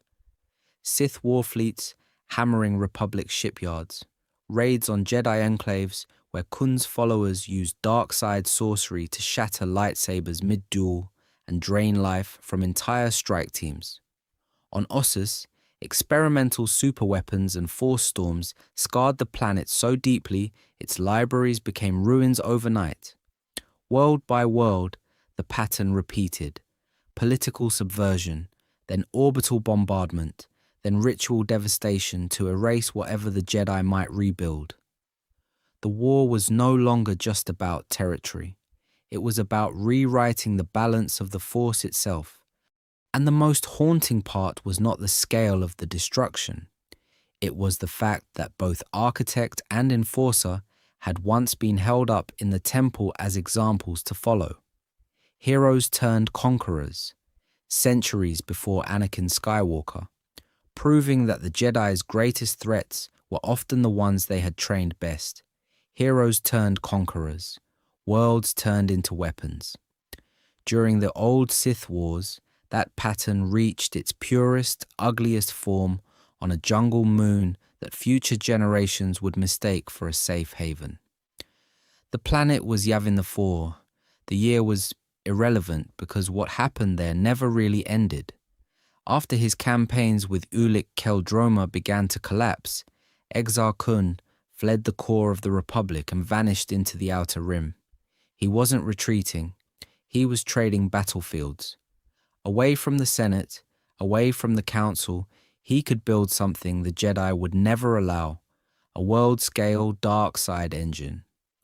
Yavin 4 was already old when the Jedi arrived in the galaxy's myths: dense jungle, heavy atmospheric storms, ruins from a long-dead civilization. To Kun, that wasn't a warning. It was an invitation. He enslaved the moon's red-skinned Massassi descendants, twisted them with Sith alchemy, and forced them to raise towering stone temples. Not monuments, conductors. Each ziggurat was laid out to catch, focus, and magnify pain. The Massassi weren't just the workforce, they were the fuel. This is the story of a Sith Lord realizing that in a war for the Force itself, armies of soldiers were less important than oceans of terror. Kun's rituals on Yavin were not individual duels or secret experiments in a back room. They were mass liturgies of death.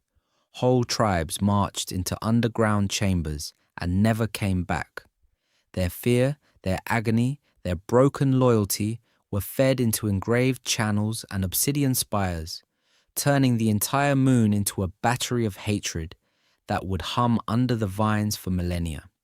It wasn't a perfect system. The more power Kun pulled through the temples, the more the jungle sickened, the more reality around him thinned. Time ran strangely. Nightmares bled into waking life. But that was about to change very quickly because the Jedi finally tracked him down. They didn't arrive with a clone army or a Republic task force. They came as a coalition of orders and worlds, dozens of masters and knights in battered ships, carrying one last, desperate plan. A conventional assault on Yavin 4 would have been suicide. Kun sat at the center of a planetary amplifier, surrounded by fanatical Massassi guardians with the dark side literally in his walls.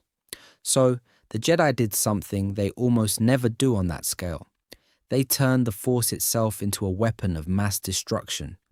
From orbit and from the jungle below, they linked minds, braided their will, and unleashed a coordinated psychic firestorm, a tidal wave of light meant to scour Kun out of existence.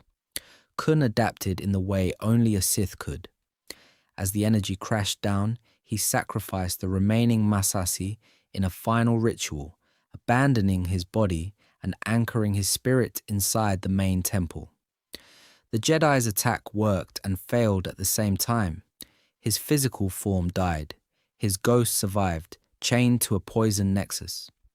Yavin 4 burned, forests flash frying, stone melting into glass, the Force itself shearing and then settling into a permanent bruise. Centuries later, none of that made the rebel briefing. To the Alliance, Yavin 4 was just a hidden base with good jungle cover and bad weather for scanners.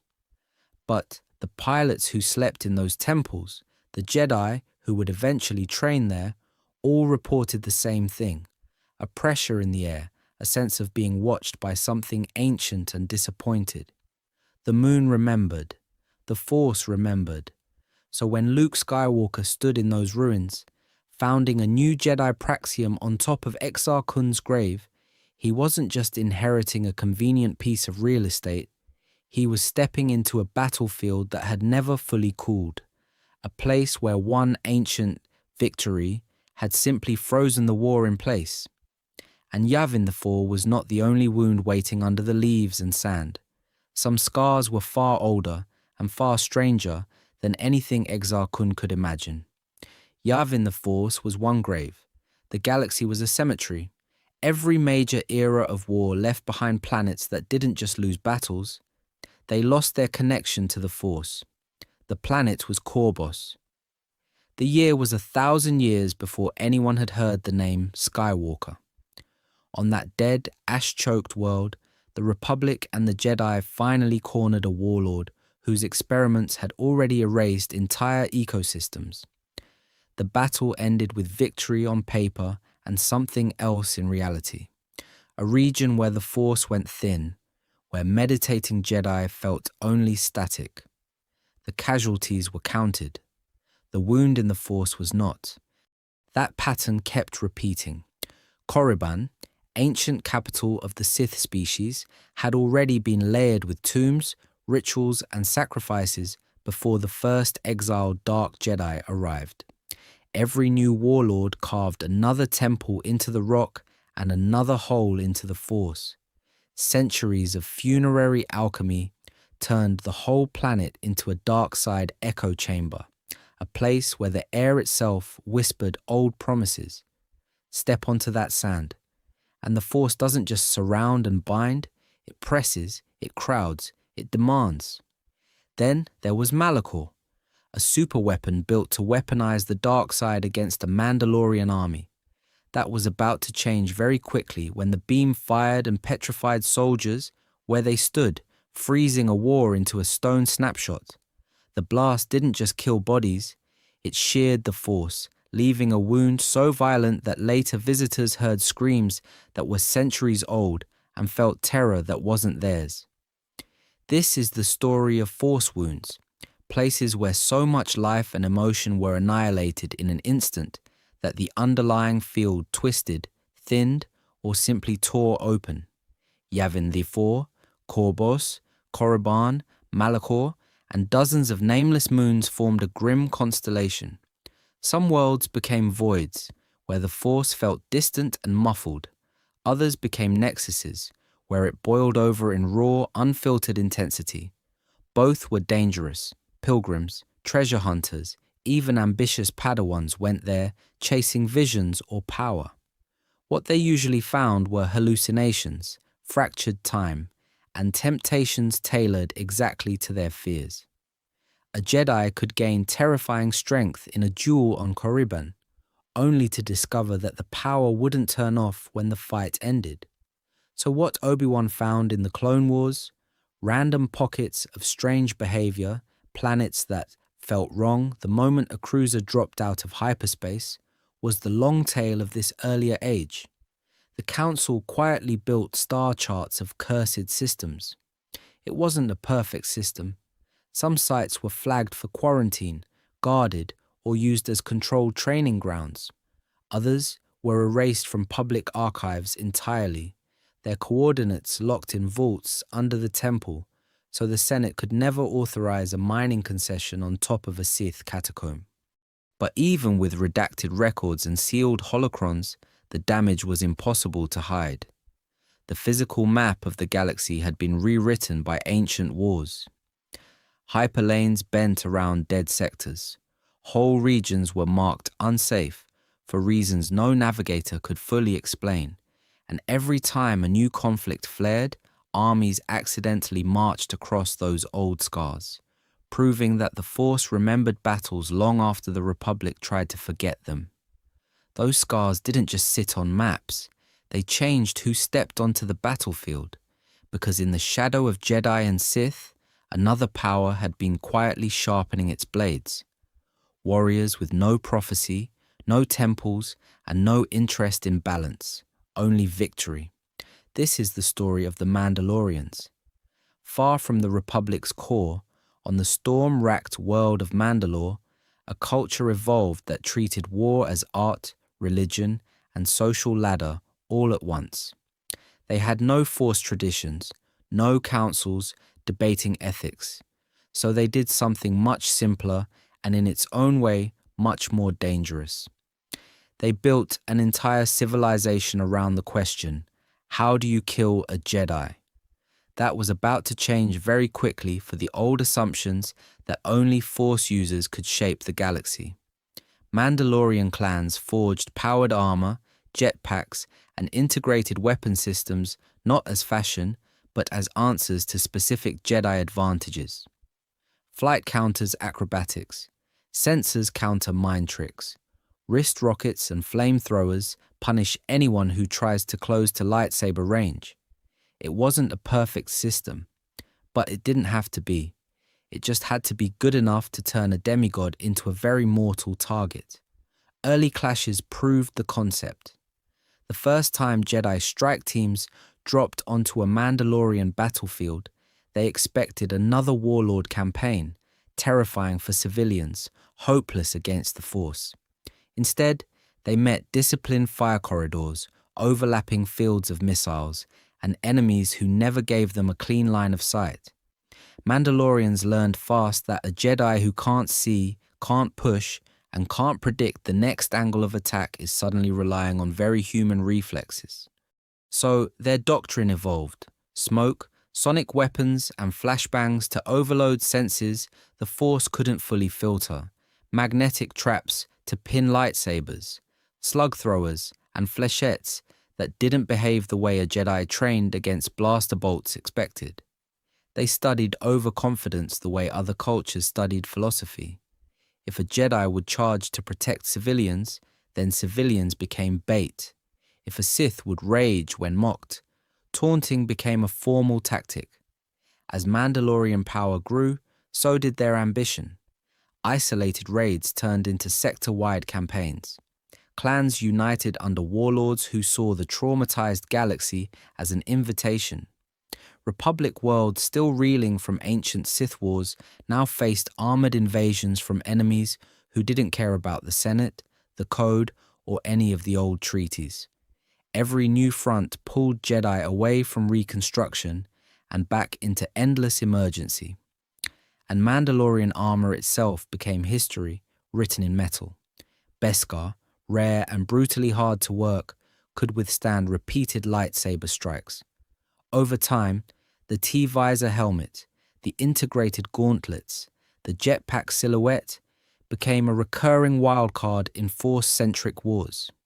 Centuries later, clone commanders and Jedi generals would still brief their troops on Mandalorian tactics, because those doctrines never really went away.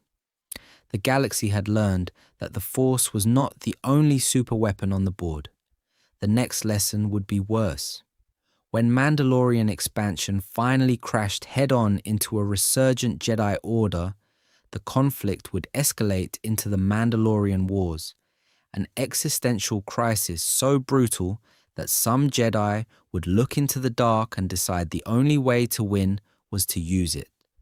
The Mandalorian Wars were the galaxy's reminder that peace is only ever an intermission. Mandalorian Neo-Crusaders were burning worlds, glassing cities, turning entire sectors into recruitment posters made of ash. The Republic hesitated.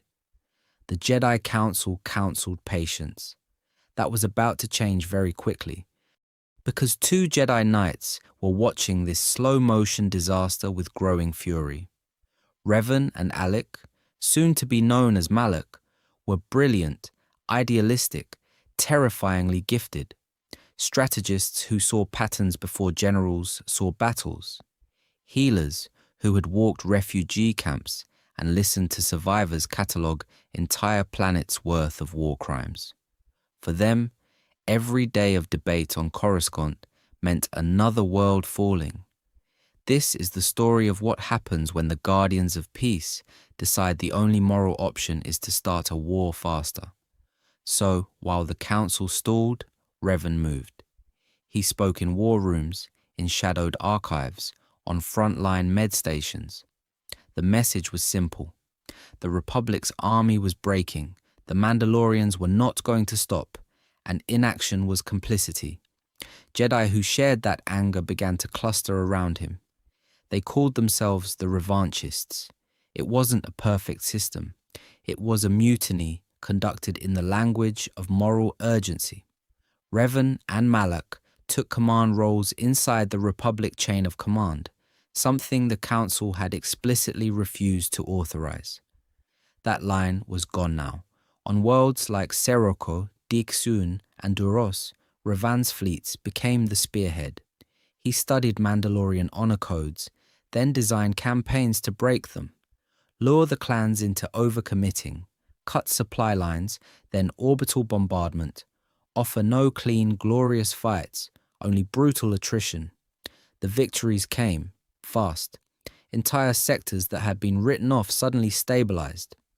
In the Senate, Revan's name became shorthand for salvation. In military briefings, his mask and robes were battle morale. He was the Jedi who actually did something, but every win came with a cost. On Sirocco, Revan authorized strikes knowing civilian populations were still evacuating. On Malakor's approaches, he deployed minefields that would remain lethal for generations.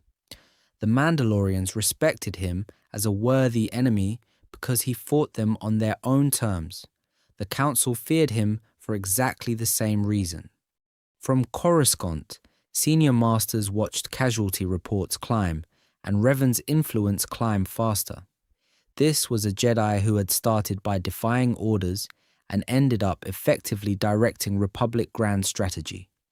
A hero to the Senate, a savior to the army, and a living reminder that the code's restraints could be bypassed if the crisis felt urgent enough. When the Mandalorian front finally shattered, Revan refused to stop at the border. He drove the pursuit into the unknown regions, chasing rumors of hidden forges, secret patrons, something behind the Mandalorian war machine. Officially, it was about finishing the job. Quietly, it was about an itch he could not ignore in the Force. Out there, beyond mapped hyperlanes, the war ended. Revan disappeared, and in the silence that followed, the Force itself seemed to hold its breath, waiting to see what would come back. What came back was not just two war heroes with new scars. What came back was a different idea of the Force itself. This is the story of Revan and Malak stepping off the map and finding out the map had been lying for a very long time. In the unknown regions, the stars got weird, hyperlanes bent, gravity felt wrong, and scattered among dead systems, they found the bones of older wars. The planet was Korriban. The era was already ancient history when the Republic was young. Tombs carved into blood-red rock, sarcophagi of the first true Sith Lords, descendants of exiled dark Jedi from the 100-year darkness. Holocrons humming with doctrines that predated the Jedi Code the Council swore by on Coruscant, from Korriban to Ziost, from Malakor's shattered crust to nameless worlds where the Force felt thin and wounded. Revan and Malak walked through the aftermath of a conflict the archives barely mentioned.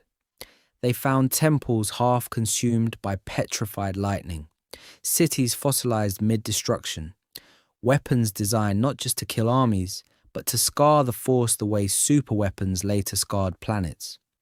That was about to change very quickly, because those ruins were not abandoned. Not really. In the shadows of those dead empires, something was still watching. Call it a hidden Sith emperor, call it an ancient dark side nexus that had learned to think. The name shifted depending on which fragment survived, but the pattern stayed the same. Whispers in the Force, visions that felt less like prophecy and more like instructions. Every step Revan took toward this presence, the Mandalorian war began to look smaller, petty, a distraction. So what Obi-Wan found on Kamino centuries later, a ready-made clone army commissioned behind the Senate's back, Revan was already seeing in another form out here. Evidence that the real war had been planned generations in advance by something that never came into the light. The message was simple and terrifying. The Republic was weak. The Jedi were complacent. A greater invasion was coming. The planet was Utapau. The year was 19 BBY. Kenobi drops from a lizard saddle into a hail of blaster fire, and the Force itself seems to flinch. So is this an ending, or just another turn in a cycle the galaxy still hasn't learned how to break? The Force flinches on Utapau because this isn't just another battle. It's a system failure, a pattern repeating, a wound reopening that never really healed in the first place. Ancient Jedi philosophers had a simple way of describing this. The Force seeks balance, not moral balance, not a scoreboard of Jedi and Sith. Balance as in, when one side of the spectrum pulls too hard, reality itself starts spawning counterweights. This is the story of the galaxy's most dangerous feedback loop. Empires rise, dark armies march, and then from nowhere, a single bloodline or a single child suddenly matters more than entire fleets. Long before the Republic Senate ever argued about a clone army, there were other chosen ones. Not all of them were called that, and not all of them got marble statues in the Jedi Temple. On Tython, the Jedi recorded half-mythic figures who were supposed to end the First Great Schism, and instead escalated it. During the 100-year darkness, there were prophecies of a champion who would seal the shadow of the exiled dark Jedi. That was about to change very quickly when those champions chose sides, fell in love, or simply broke under pressure. The pattern is cruel. The Force loads impossible expectations onto a single person, then watches free will complicate the script. By the time the Council hears about a vergence in the Force around a boy from Tatooine, this isn't a new phenomenon. It's an old one with better documentation. Force vergences, those places, objects, and people where power spikes for no good reason, tend to appear where the Force has been torn before. Mortis is the mythic extreme, an entire realm where light, dark, and balance are personified because the normal rules broke down ages ago. But there are smaller scars. Wellsprings of life, caves on Dagobah and Elam, temples on worlds no nav computer remembers. Each one feels less like a gift and more like scar tissue, trying to knit itself back together. So what Obi-Wan found on Kamino, an army grown in secret, tied to a single order from a hidden Sith, wasn't just a political trap. It was the latest attempt to weaponize that corrective reflex. Legend sources hint that after the old Sith wars, the Force didn't become weaker or stronger, it became jumpier, more prone to extreme swings, less tolerant of long, stable empires. It wasn't a perfect system. Every time the Jedi and Sith pushed it to the brink, the rebound got sharper, the chosen figures more volatile. Anakin's prophecy sits at the end of that chain. A vergence in human form, born to a slave in the Outer Rim, carrying the accumulated pressure of millennia of Jedi schisms and dark Jedi exiles. The Skywalker saga is the Force's latest, desperate patch, an attempt to heal a fracture that started when the first Jedi tried to balance light and dark and failed. Whether that patch holds is the question the galaxy keeps answering with more war. Anakin was the Force's desperate patch. Luke is the rewrite. He grows up with no temple, no council, no clone army calling him Sir. His teachers are a hermit and a swamp goblin who both remember how the old Jedi ended, in fire, in Dogma, in a war they never really understood. So when Luke reaches out in the trench over Yavin, turns off the targeting computer, and trusts feeling over protocol, he is unconsciously echoing something far older than the High Council. He is drifting back toward Jedi balance. The old Jedi on Tython believed in holding light and dark in tension, not amputating one side of the spectrum. Luke's path looks closer to that than to the prequel-era code. He forms attachments. He loves his friends. He refuses to kill his father even when every strategic calculation, every rebel briefing says that is the smart move for the war. In the throne room on the second Death Star, when he throws away his lightsaber and declares himself a Jedi, it isn't a return to strict detachment. It's a declaration that compassion is his center of gravity. It wasn't a perfect system. Luke still inherits the Jedi habit of binaries. Jedi good, Sith bad, Empire evil, rebels righteous. But his instinct is to look at the monster in front of him and say, there is still something worth saving. That was about to change very quickly once other survivors started questioning the framework itself. Enter Ahsoka Tano, the Padawan who walked away. Her trial on Coruscant, her expulsion and half-hearted reinstatement is the Republic's last rehearsal of an ancient pattern, an institution so afraid of the dark that it sacrifices nuance to survive the war. Ahsoka's answer is to leave the Order, but not the light. By the time of the rebellion, she moves through the galaxy in white and grey, pointedly not calling herself a Jedi, refusing the Senate's labels, refusing the Sith's too. Her I am no Jedi moment on Malachor is the echo of a Jedi argument no one remembers having.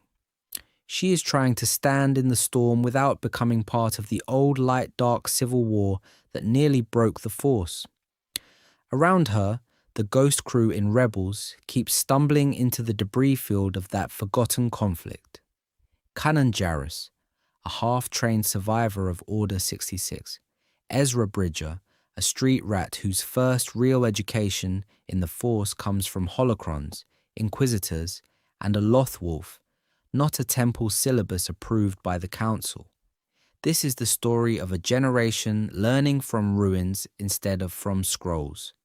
They visit ancient Jedi temples that predate the Republic, commune with Lothal's living force, and unlock portals in the world between worlds. They also crack open Sith holocrons and walk through dead worlds like Malachor, where a superweapon once flash froze a battle between Jedi and Sith mid-swing. They feel the trauma baked into those places, but they don't know the 100-year darkness, or the legions of Leto, or why someone first thought it was a good idea to build a temple around a wound in reality. So what Obi-Wan found, following an assassin to Kamino and stumbling into a clone army, they now find in a different key. Hidden bunkers, sealed vaults, weapons and rituals built for an ancient war no one properly remembers. They are improvising ethics in real time around artifacts designed for absolutist ideologies. The post-imperial era becomes an accidental laboratory. Luke's new academy, Ahsoka's wandering mentorship, Rey and Ezra's experiments with instinct and empathy, all of them are fresh attempts to ask the question the Jedi failed to answer without burning the galaxy down. Whether they can finally break the cycle depends on one thing: what happens when the next generation digs even deeper into the past and finds something the Jedi buried for a reason. Those buried histories are not just curiosities. They are the reason the modern Jedi tell the galaxy a beautiful, dangerous lie, that there is only the light, and that anything else is someone else's problem. The Jedi on Tython did not believe that. Their entire way of life was built on walking between extremes. Too much light, too much serenity, and a Jedi was exiled to Bogan, the Dark Moon, to confront fear and anger. Too much darkness, too much aggression, and they were sent to Ashla, the bright moon, to cool the fire. It wasn't a perfect system, but it assumed something crucial. The darkness was inside every being who touched the Force. That was about to change very quickly. The first great schism, the legions of Leto, the 100-year darkness, each crisis pushed the early Jedi Order further away from that messy middle. Every time a charismatic figure embraced passion and attachment, entire armies followed. Entire worlds burned. By the time exiled Dark Jedi crowned themselves Sith Lords on Korriban, the survivors on Coruscant had drawn a brutal conclusion. Passion leads to war, so passion itself must be denied. This is the story of how a survival strategy hardened into scripture. There is no emotion, there is peace. There is no passion, there is serenity. The Jedi Code turns inner life into a battlefield to be locked down, not understood. Instead of teaching initiates that anger and desire are part of them, the Order frames those impulses as intrusions from the dark side, as if the Sith are a contagious disease rather than a mirror. So what Obi-Wan found in the Clone Wars, Jedi commanders leading legions of clones, policing entire sectors of the galaxy while pretending to be detached, was the end state of that shift. By insisting the dark side was something the Separatists used, something Dooku wielded, the Council left itself blind to Anakin's terror of loss, to Barriss Offee's disillusionment, to Pong Krell's lust for power. Denial didn't prevent their falls.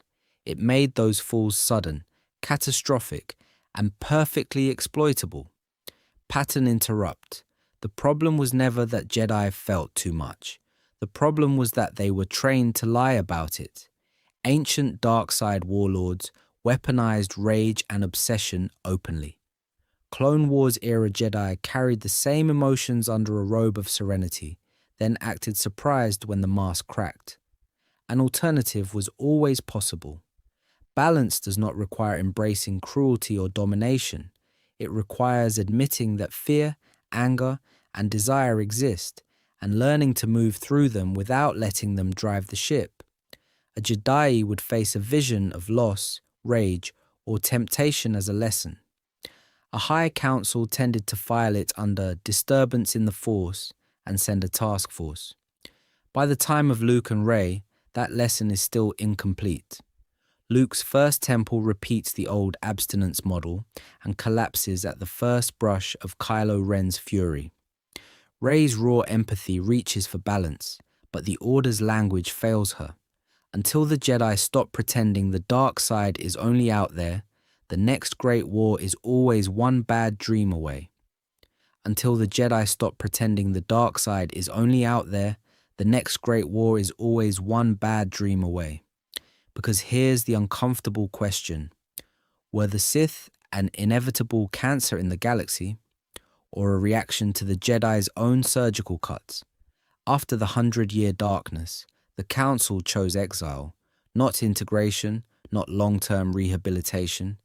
They stripped the defeated Dark Jedi of rank, cast them beyond Republic borders, and closed the file. On Korbos, after battlefields soaked in abominations and alchemy, the victors didn't build hospitals for minds shattered by the Force. They built prison ships and one-way exits. It was efficient. It was clean. It wasn't a perfect system. This is the story of enemies manufactured at arm's length. The early Jedi on Tython had already rehearsed this pattern. They preached balance between light and dark, until balance meant agreeing with the Council's interpretation. Those who leaned too far into passion, into attachment, into experimentation were labeled dangerous, first as heretics, then as traitors, eventually as existential threats to the entire galaxy. So, dissent stopped being an argument and became a crime. The first great schism with Zendor and the legions of Leto wasn't just a philosophical dispute. It was the moment disagreement was militarized. Once the Jedi and then the Jedi answered ideology with war, every future rebel against orthodoxy knew exactly what resistance would cost. That was about to change very quickly for anyone who questioned the code. The exiled Dark Jedi who fled after Korbos didn't vanish. They arrived on Korriban and Zeost and met the native Sith species, a proud, mystical people already steeped in their own Force traditions. The newcomers did not ask to join, they conquered. Through domination, interbreeding, and relentless dark side rule, the word Sith stopped meaning a people and started meaning a creed of subjugation. Generations of Sith children grew up under dark Jedi overlords who preached power and wore the stolen language of the Jedi Order as a curse. The trauma ran in both directions. A species brutalized into an empire, and exiles hardening their hatred with every ritual and every whip crack of control. When that empire finally turned back toward the Republic, it wasn't a random invasion from the unknown regions. It was a family argument coming home with an army. So what Obi-Wan found in the Clone Wars era, a Republic terrified of Sith as pure evil, was really the endpoint of a feedback loop the Jedi helped start. By refusing to own their own capacity for anger, ambition, and fear, the Jedi projected those traits outward. The Sith became the repository for everything the Order would not face in itself. In that sense, the Sith are not an alien intrusion into the Force. They are a distorted mirror, a shadow cast by centuries of denial. And until the Jedi can look into that mirror without flinching, the next Sith Lord is never entirely someone else. The planet was Korriban. The year was lost to erased archives. But the consequences of that meeting between exiles and natives echo forward to Revan, to Bane, to Sidious, and the next phase of this war will show how that echo nearly broke the galaxy again. So if Korriban was the echo, the question is, what did that echo hit? Because in the aftermath of those ancient wars, the galaxy is left with something no Jedi holocron wants to dwell on. Places where the Force simply isn't. This is the story of dead zones, wounds in reality carved by armies and rituals that pushed too far. The planet was Malachor. The year was buried under classified Mandalorian war reports. A superweapon fired, entire fleets frozen and turned to ash in an instant, and for centuries afterward, Jedi described Malachor as a kind of spiritual vacuum. You could feel the dark side there, but not as a current to ride. More as a weight, a pressure, a lingering migraine in the Force that never quite went away. Korbos was worse in some ways, because Korbos was deliberate. During the 100-year darkness, dark Jedi tested their new creations there. Leviathans that literally drank the life and memories out of armies. When the Republic finally won, veterans described the planet as quiet in all the wrong ways. Birds gone, winds wrong. Meditation felt like shouting into a dead comm channel. It wasn't a perfect system, but Jedi started using phrases like force wounded to explain why entire battlefronts felt numb. And it wasn't just planets, it was people. Ulic Qel-Droma, stripped of the Force as punishment. Revan, mind-wiped and cut off from memory, if not from the current itself. Later, characters like Kreia would speak about losing the Force as losing a sense more intimate than sight. These weren't just cautionary tales about hubris. They were case studies. Proof that connection could be severed, that under the right conditions, the Force could be made to go quiet around a living being. So, what Obi-Wan found on Geonosis, a war engineered in secret, with hidden triggers buried in clone minds, had an ancient precedent. The escalation of superweapons and rituals in the old Sith Wars convinced both Jedi and Sith that if someone could silence the Force in a person, someone else could scale that up. Take Malachor, take Korbos. Now imagine a chain of such wounds, linked across hyperspace lanes, turning sectors of the Republic into permanent blind spots. In universe, that fear never really goes away. When Jedi whisper about dark side nexuses and voids, they are remembering worlds that did not heal. When the purge comes and the Jedi vanish, ordinary citizens talk about the dark side clouding everything. But for the survivors on the run, it's more specific. Fewer visions, fewer prophecies, whole regions where the Force feels distant, as if the galaxy itself is flinching. By the time Luke looks around and sees almost no Jedi left, The old nightmare is back in a new form. Not one giant ritual, but a slow erasure. One temple at a time, one lineage at a time, one more light going out. If the ancient war nearly destroyed the Force in pockets of space, the real question is chillingly simple. What happens when someone stops at nothing and tries to finish the job? Because the next phase of this story is about the first person who almost did.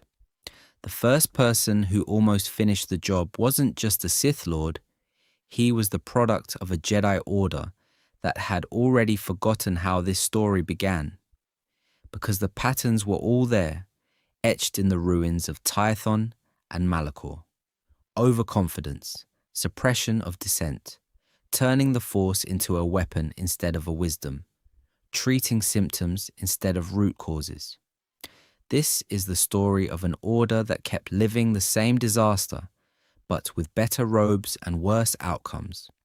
The Jedi had warned them. Balance, not denial.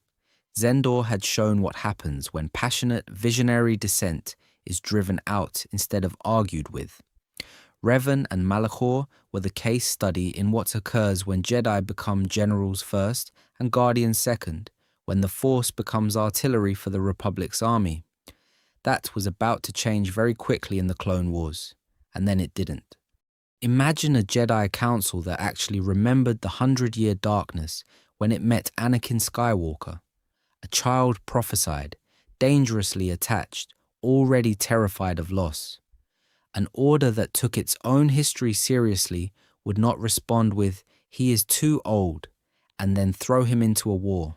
It would slow down, surround him with mentors trained to handle trauma, not just saber forms. It would treat the root cause, fear, rather than the symptom, anger. Imagine a council that looked at Palpatine and heard echoes of the first dark warlords who wrapped tyranny in eloquence.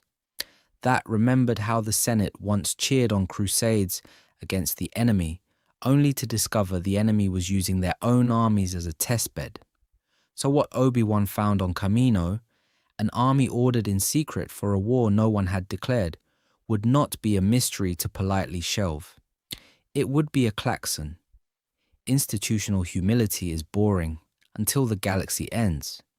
A Jedi Order that admitted publicly that its founders became the first Sith, that its greatest heroes once glassed worlds in the name of peace, would build in safeguards, independent oversight, real debate, apprentices encouraged to question the council instead of bowing to it.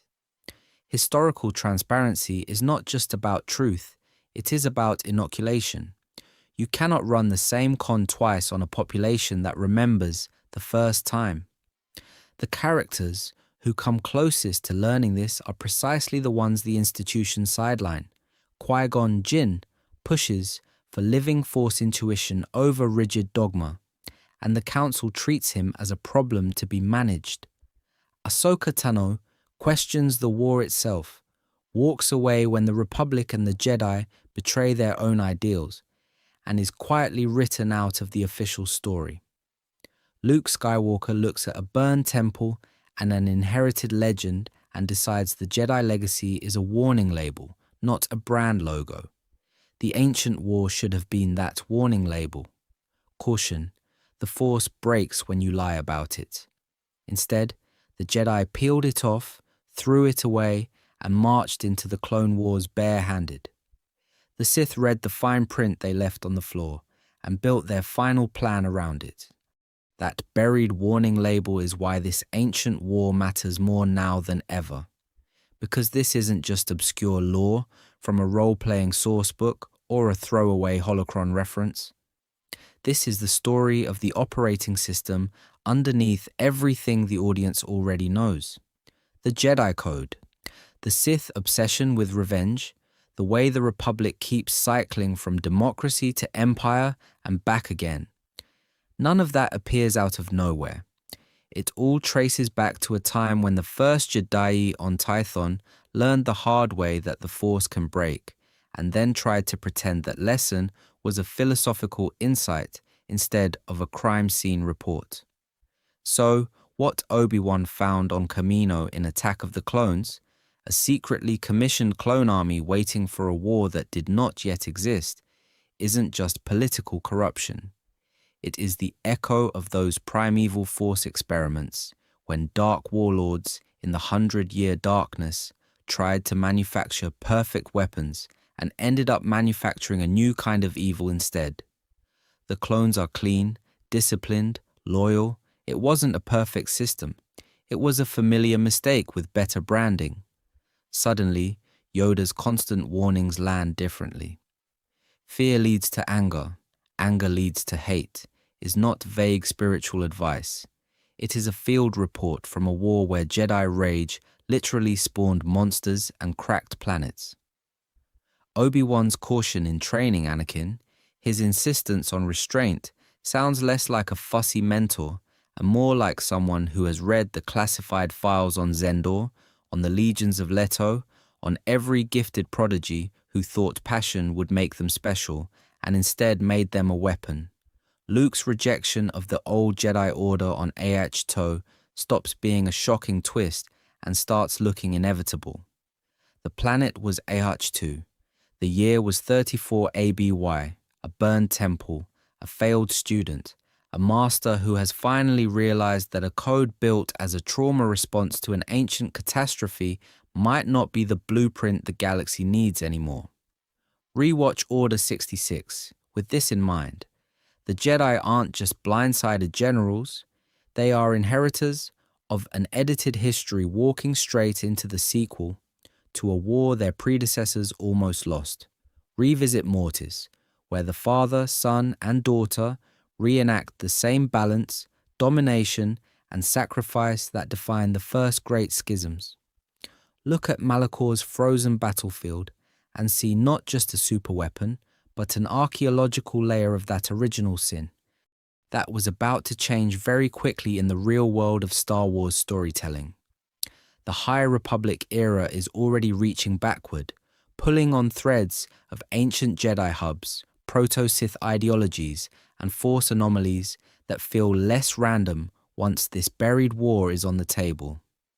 Future stories do not have to invent new stakes.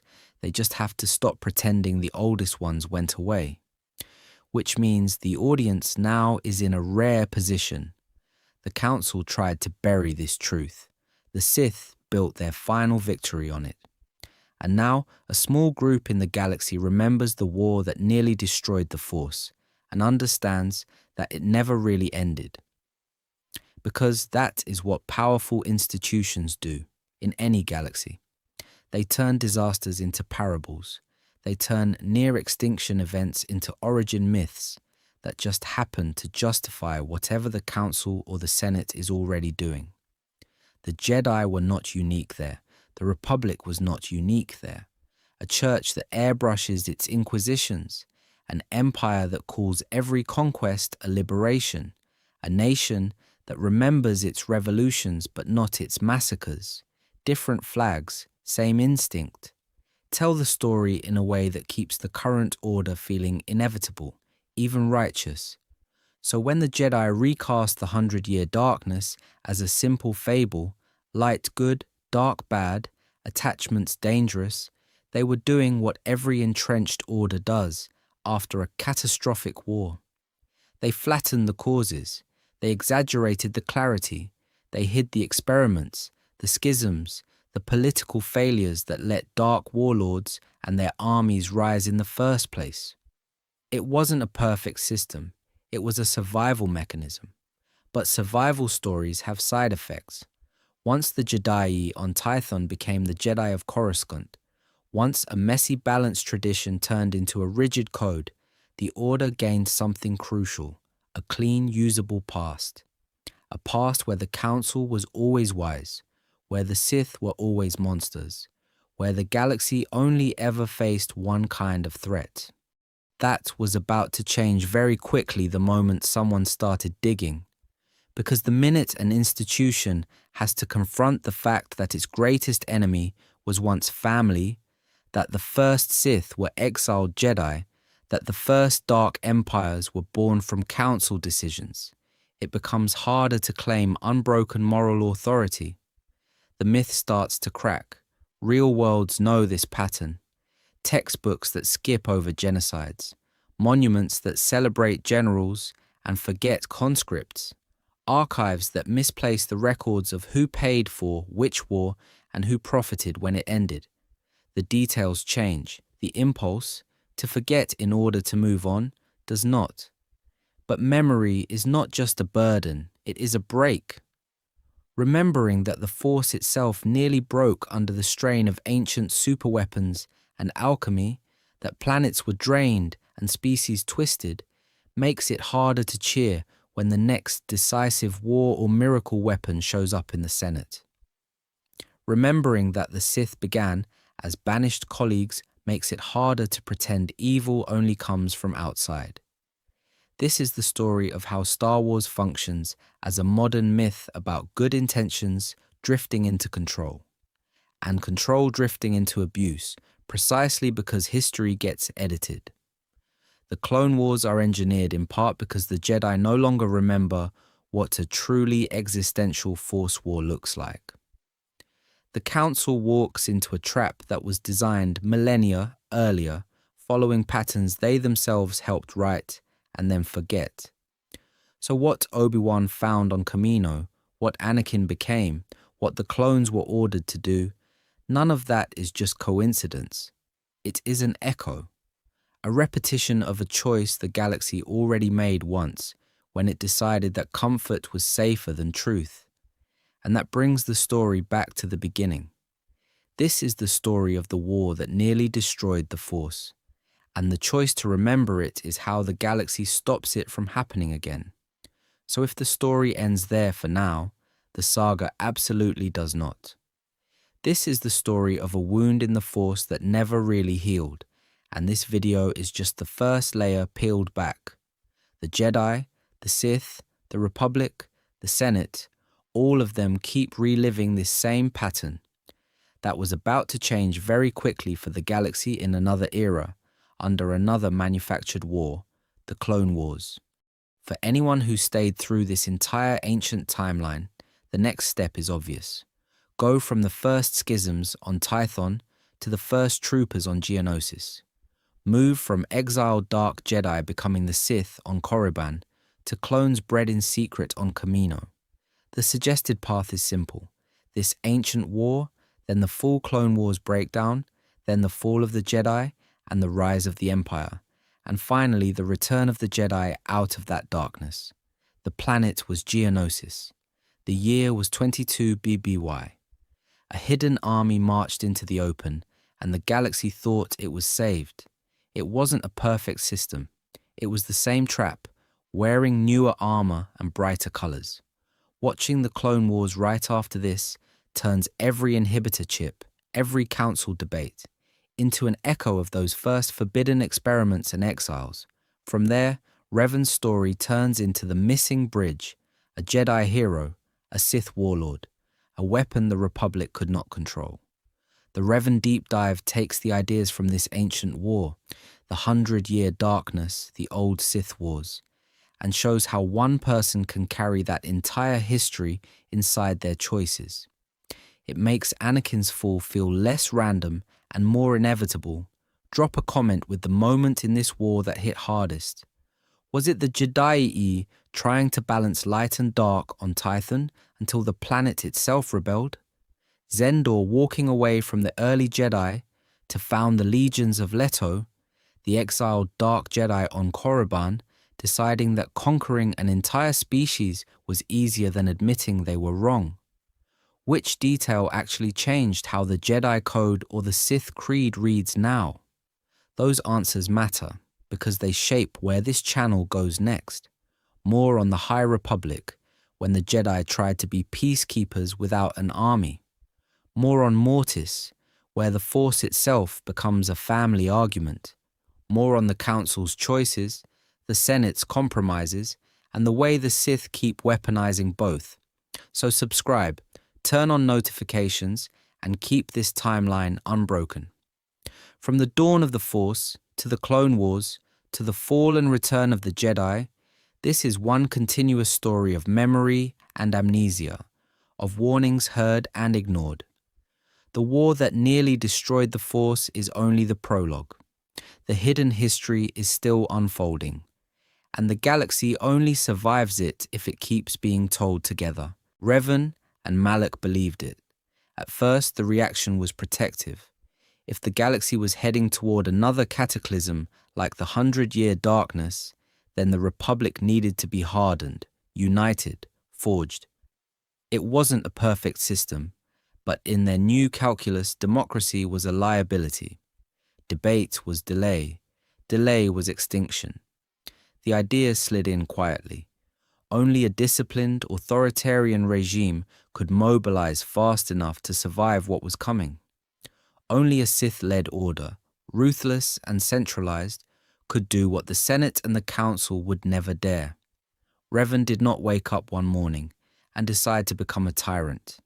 He concluded step by logical step that mercy today meant annihilation tomorrow. The tragic irony is brutal. Convinced he was preparing the galaxy for an unseen enemy, Revan became the enemy that actually arrived. Worlds burned, fleets vanished, Jedi died, not to stop the hidden Sith in the shadows, but to serve their agenda perfectly. Once again, a Jedi reached for the dark side as a temporary tool, a necessary evil, a way to win one more impossible war.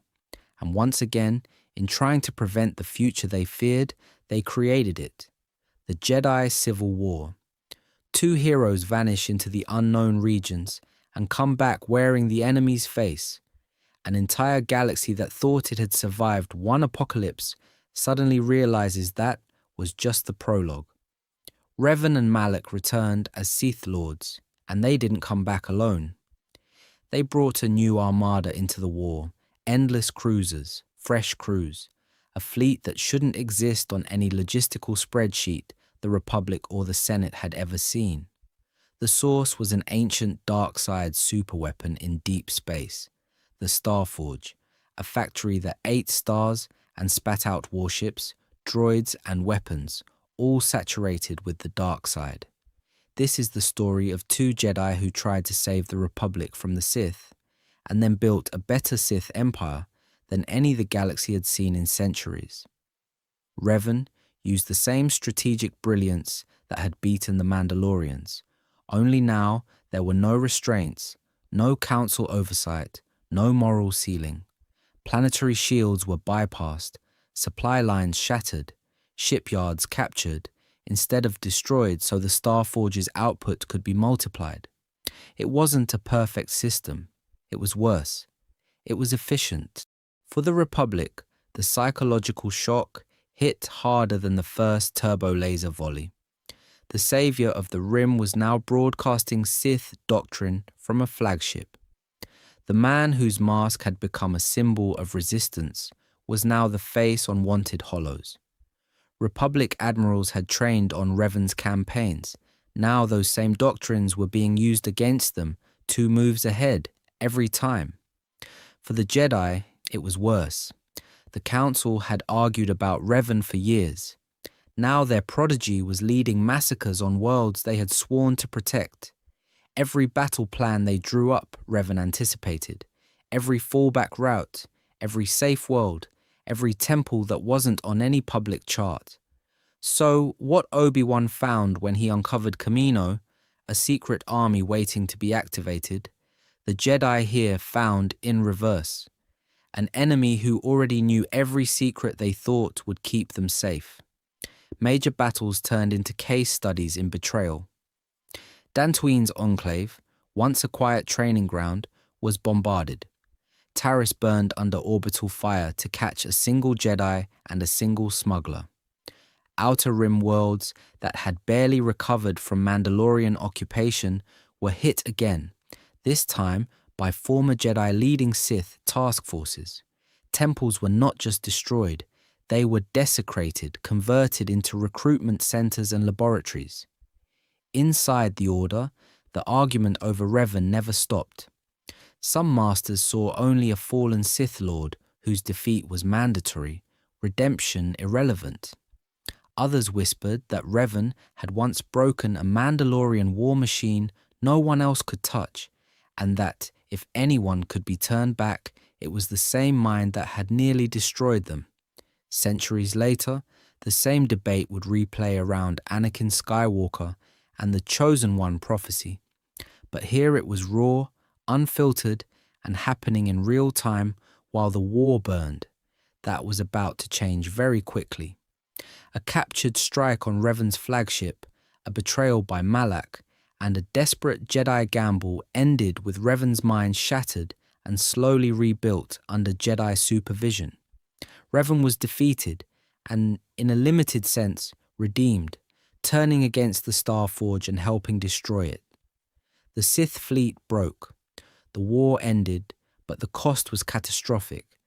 The Republic survived on paper. The Jedi Order still existed. Yet both were hollowed out, archives incomplete, ranks thinned, public trust fractured. 1,000 worlds had seen Jedi as conquerors, then as traitors to their own. The Force itself felt scarred, quieter in some places, turbulent in others. And in that vacuum, military, spiritual, and political, something else was already beginning to stir. That vacuum had a center, a gravity well in history where the Force itself felt thinner, harsher, wrong. That center was a dead world in the outer rim, Malachor 5. The planet was ash, the skies were frozen lightning. Even before the Mandalorian Wars, Malachor was a wound waiting to be reopened, saturated with dark side energy from ancient conflicts the Council barely acknowledged in the archives. That was about to change very quickly.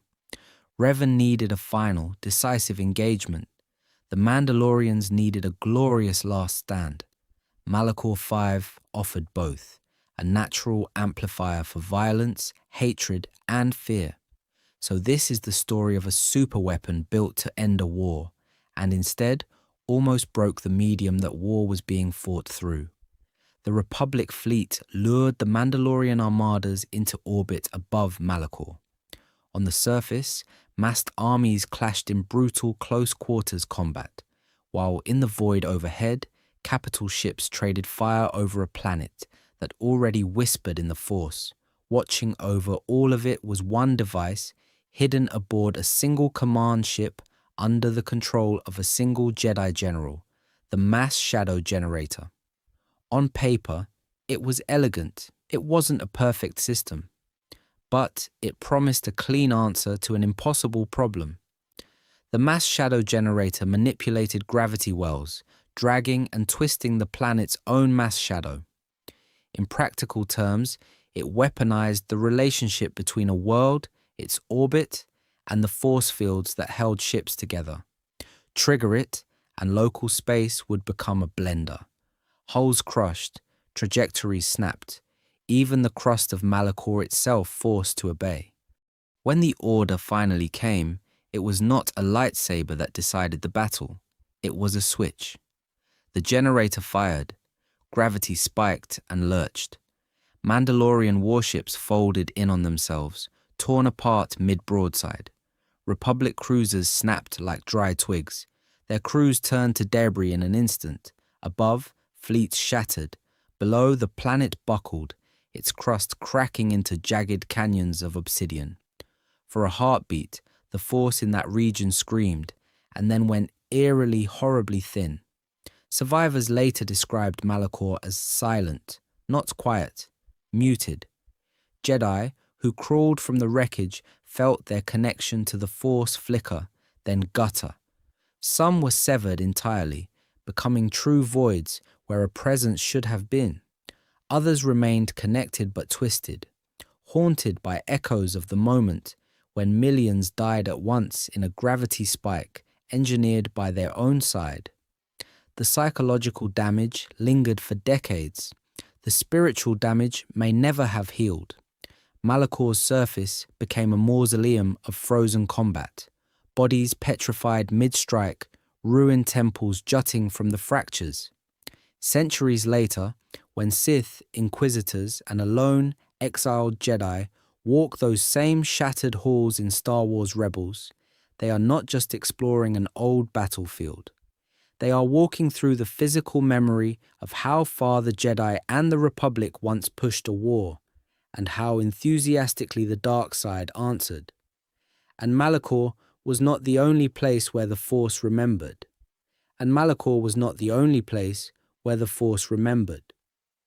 Out beyond hyperspace lanes and Republic star charts, there was a realm that barely counted as a planet at all, a shifting monolith in a pocket of unreality.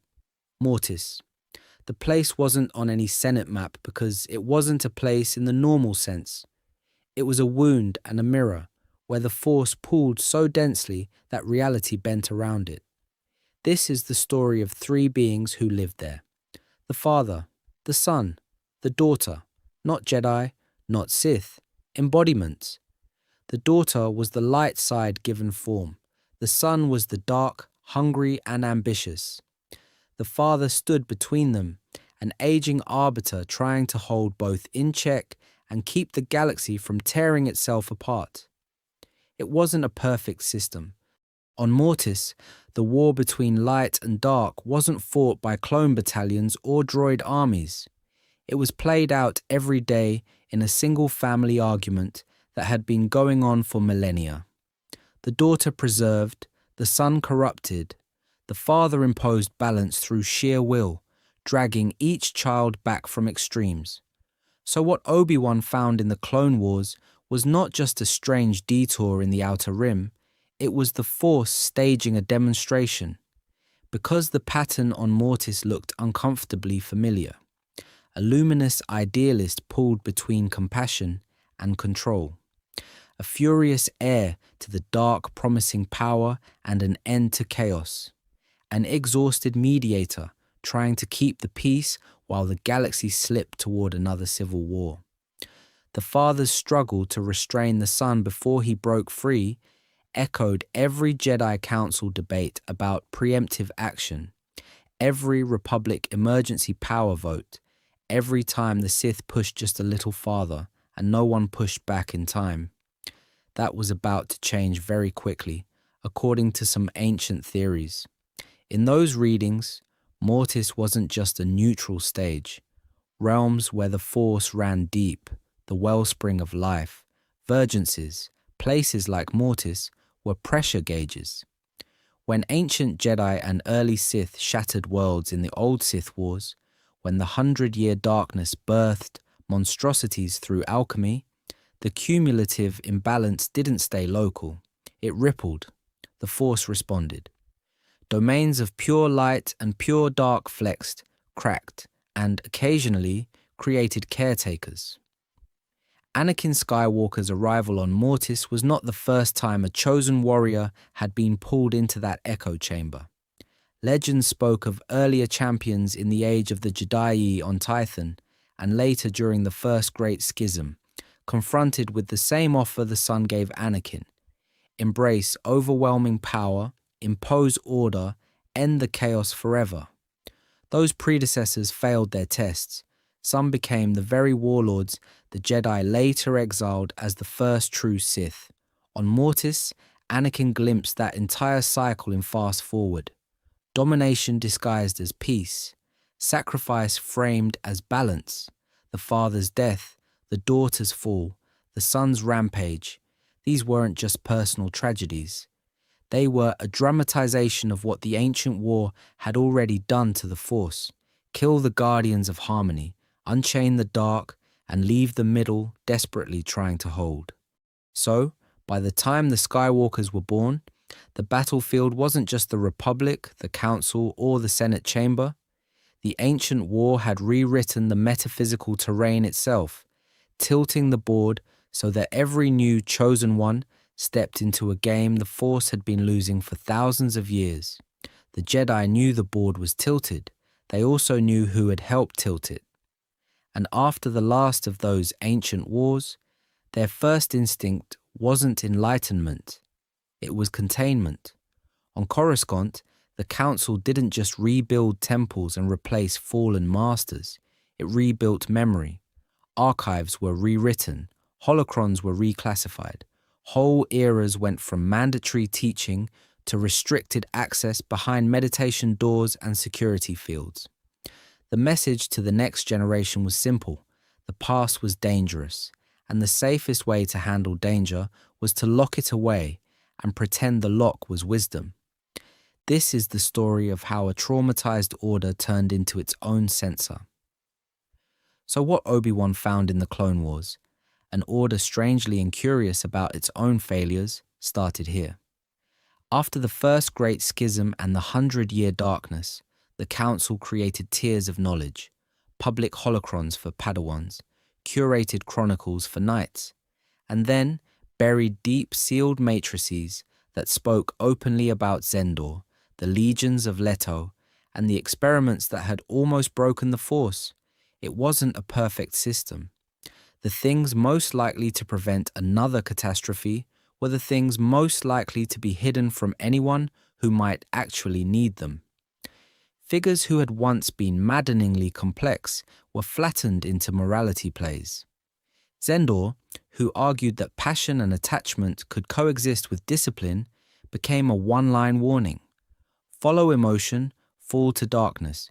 Ulic Qel-Droma, who fell, repented, and literally helped end a war, was recast as the man who proved that betrayal begins with doubt, not a case study in recovery. Exar Kun, a charismatic reformer who weaponized legitimate grievances in the Order, was remembered as a cartoon of arrogance.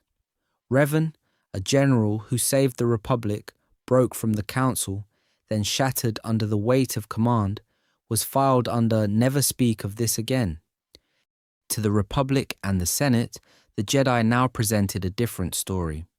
A stable, unbroken lineage of serene guardians stretching cleanly from the Jedi on Tython to the Temple on Coruscant.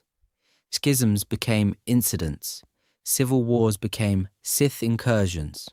Dark experiments that scarred entire planets were relabeled as isolated crises inflicted from outside, not as consequences of Jedi choices. The Order needed funding, trust, and political access. Admitting that Jedi had once engineered monsters and crowned warlords was not great optics when asking for jurisdiction over a galaxy. That was about to change very quickly, of course, once a new Sith Lord learned exactly how deep those buried wounds went. But inside the temple, the cost was subtle and devastating.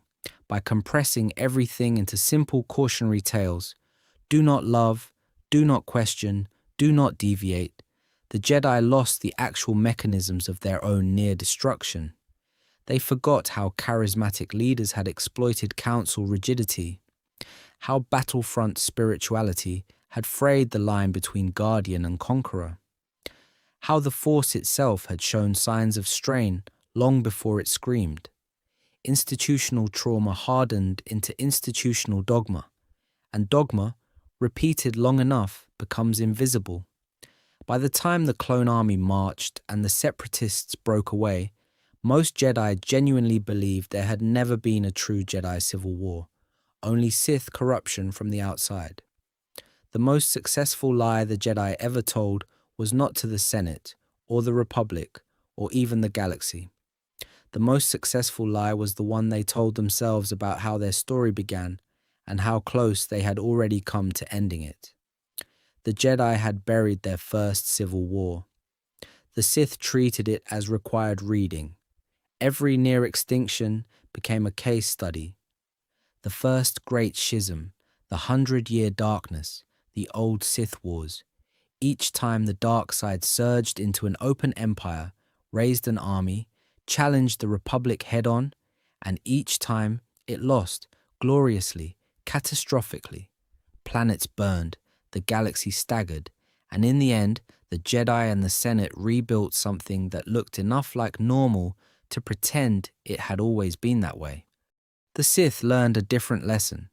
Open empires were death traps, banners, fleets, thrones on worlds like Korriban, and Ziost made them visible, predictable, targetable.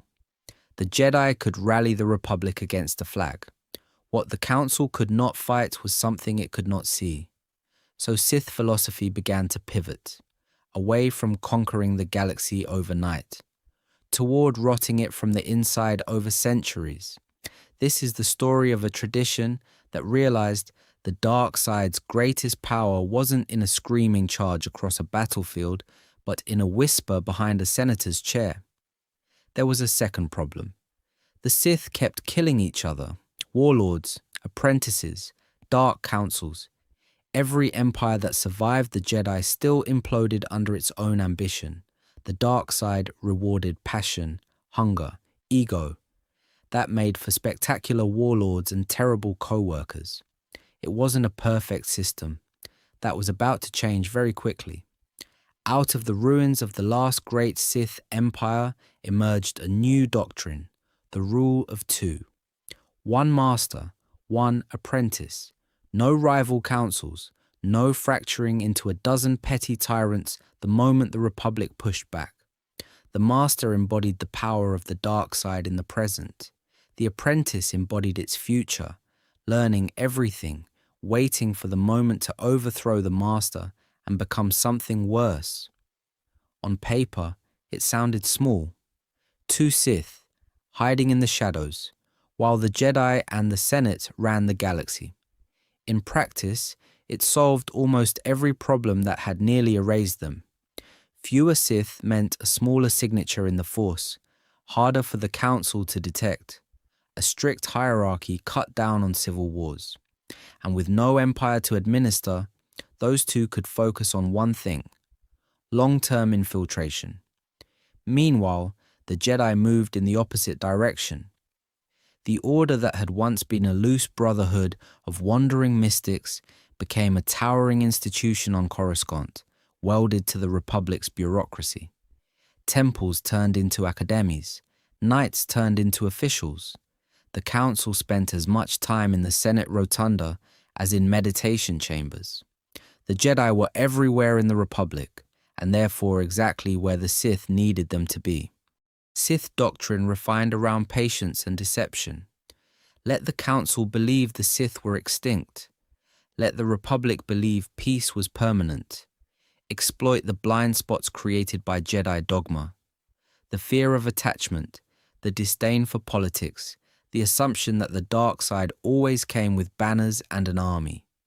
The planet was Ruusan. The year was 1,000 years before the Clone Wars. A survivor named Darth Bane would take those lessons and vanish. His successors, Darth Plagueis, and finally a senator from Naboo named Palpatine, would perfect them. The Jedi thought the ancient war was over. The Sith had only changed the opening move. Darth Bane read the past the way a battlefield medic reads a corpse. Every scar, every fracture, every missing limb told him the same thing. The Sith did not lose because the Jedi were stronger. They lost because the Sith kept trying to win as an army. This is the story of a Sith who decided the dark side needed fewer banners and more patience. Bane came up in the last days of the new Sith Wars, serving under an organization that was already the punchline to 1,000 years of failure, the Brotherhood of Darkness. On paper it sounded efficient. No rival Dark Lords, no feudal infighting, just one collective brotherhood, all equals under Lord Khan. In reality, it was a committee of egomaniacs with lightsabers. It wasn't a perfect system. The Brotherhood had done exactly what the exiled Dark Jedi of the 100-Year Darkness had done, and what the old Sith empires kept repeating. They spread the dark side across too many hands, too many lords, each jealously guarding a fraction of power, undercutting each other for short-term gains. The Jedi Council could afford 1,000 knights sharing the light. The Sith could not afford 1,000 half-measures sharing the dark. Bane studied the chronicles of the old Sith Wars, the rise and fall of Ragnos, Naga Sadow, Exile, Revan and Malak. The pattern was brutal and obvious. A charismatic warlord unifies the Sith, builds a massive war machine, smashes into the Republic, and for a while it works. Then the same thing that made them strong, ambition, hunger, the promise that anyone could seize the throne, turns inward, coups, betrayals, super weapons pointed at the wrong targets. The galaxy burns, and then the Sith vanish again under a tide of Jedi blades. That was about to change very quickly.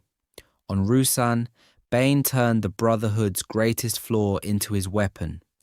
Lord Khan believed in unity at all costs, so Bane handed him the ultimate expression of togetherness, the thought bomb, a ritual that required many Sith, bound in a single purpose, to unleash a psychic implosion.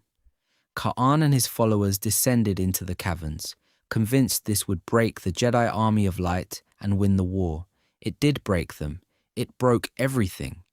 The detonation on Ruusan annihilated both armies, ripping the souls of Jedi and Sith alike into a screaming singularity in the Force. From the Republic's perspective, the Sith were gone, extinct, a final, catastrophic overreach that had wiped out their entire order in one underground flash. Bane knew better, because he had stayed outside the ritual, because he had refused to share power even in that final act. He walked away. One survivor, one Sith. So now the pattern broke. Instead of rallying survivors and rebuilding an empire, Bane did the opposite. He took a single apprentice, Darth Zana, and disappeared into the shadows. No banners, no legions, no Senate speeches about a separatist menace, just a two-person conspiracy, threading itself through the cracks of the Republic and the blind spots of the Jedi. From that decision came the rule of two, one master to embody power, one apprentice to crave it. No more councils of Sith, no more brotherhoods. The dark side would be concentrated, distilled over generations, each apprentice eventually overthrowing the master and growing stronger in the process. 1,000-year slow burn instead of a 20-year bonfire. This philosophy was Bane's answer to the 100-year darkness and the old Sith wars. The Jedi responded to their ancient trauma by narrowing their emotions, tightening their code, pretending the dark side was something external. The Sith responded by doing the one thing the Jedi never quite managed. They learned from their defeats. They treated every lost war as data. The planet was Ruusan. The year was 1,000 years before the Clone Wars. But the plan that left that battlefield was already aimed at a future where the Republic would fall, not to a Sith armada in black armor, but to a chancellor in red robes and a smile. And that chancellor's rise would start, very quietly, with another war that seemed necessary, reasonable, even patriotic. That war on Ruusan ended with a blinding light in a valley and a simple story in the archives. The Sith were gone. The Jedi had won. The galaxy could finally breathe. This is the story of what happens when an order built on caution starts believing its own victory propaganda. In the aftermath, the Republic and the Jedi Council interpreted Ruusan as the final defeat of the Sith, not a setback, not a lull, an ending. The official narrative hardened fast. The dark side had overreached, the light had prevailed, and history itself now proved that, given enough sacrifice, the Force would always correct toward peace. It was comforting, it was uplifting. It was exactly what a tired Republic wanted to hear. Laws followed the myth. The Ruusan reformations dismantled the old war machine, stripped regional militaries, and pushed the Jedi even deeper into the core of the Republic's government. No more Jedi warlords, no more independent fleets. The Jedi became, formally, guardians of peace and justice for the Senate. Not generals, not politicians. Advisors in the council chambers, ceremonial presences at state events, robed symbols of moral authority standing behind the Chancellor's podium. It wasn't a perfect system, but it felt safer than the chaos that had nearly torn the galaxy apart. Over centuries, that proximity to power changed the order. Younglings trained in view of the Senate's spires. Knights spent more time mediating trade disputes than wrestling with ancient questions about the Force. The archives filled with mission reports and legal precedents instead of fresh research into Sith sorcery or dark side philosophy. The Sith became a unit in the curriculum, not an enemy in the shadows. A historical curiosity filed between 100-Year Darkness and Old Sith Wars, complete with neat hollows and exam questions. The assumption was simple. The Sith were extinct, their teaching static, their defeat permanent. So the Jedi stopped seriously studying how the dark side adapts. They taught that attachment led to fear, fear led to anger, anger led to hate. They did not teach that complacency led to blindness. Meanwhile, the Republic the Jedi served began to look disturbingly familiar to anyone who remembered the eras before Ruusan. Corruption seeped back into the Senate. Corporate interest bought votes with campaign funds and quiet threats. Worlds in the core enjoyed endless reconstruction and investment, while the outer rim was left with pirate raids, predatory loans, and the occasional Jedi visit when a crisis got too embarrassing to ignore. On paper there was peace, no galaxy-spanning war, no open Sith empire, no fleets of black armored warriors. In practice, entire sectors lived under economic siege. Local governors exploited their populations, then cited Republic law to justify every cruelty. The same slow rot that had once given the old Sith their opening was back, only this time the Jedi were sitting in the Senate chamber watching it happen. The planet was Coruscant. The year was just before the Clone Wars. A city world blazing with light, sky lanes packed with traffic, the Senate dome gleaming at the center. Above it all, the Jedi Temple rose in perfect symmetry, its spires cutting into the clouds, a beacon broadcasting calm over a galaxy that believed the Sith were gone and the past was safely buried. That was about to change very quickly. The past wasn't safely buried at all. It was being read. On that same city world, in quiet archives the Jedi rarely visited, another scholar was at work, not a Jedi historian. A Sith, Palpatine, already Darth Sidious, treated the ancient Force Wars as a playbook. This is the story of a man who looked at millennia of catastrophe and saw opportunity. The patterns were all there. Charismatic reformers who thought they were saving the Order and the Republic. Zendor, preaching that passion and attachment made the Force stronger. Revan, the war hero who broke the Mandalorians, then came back leading a Sith empire.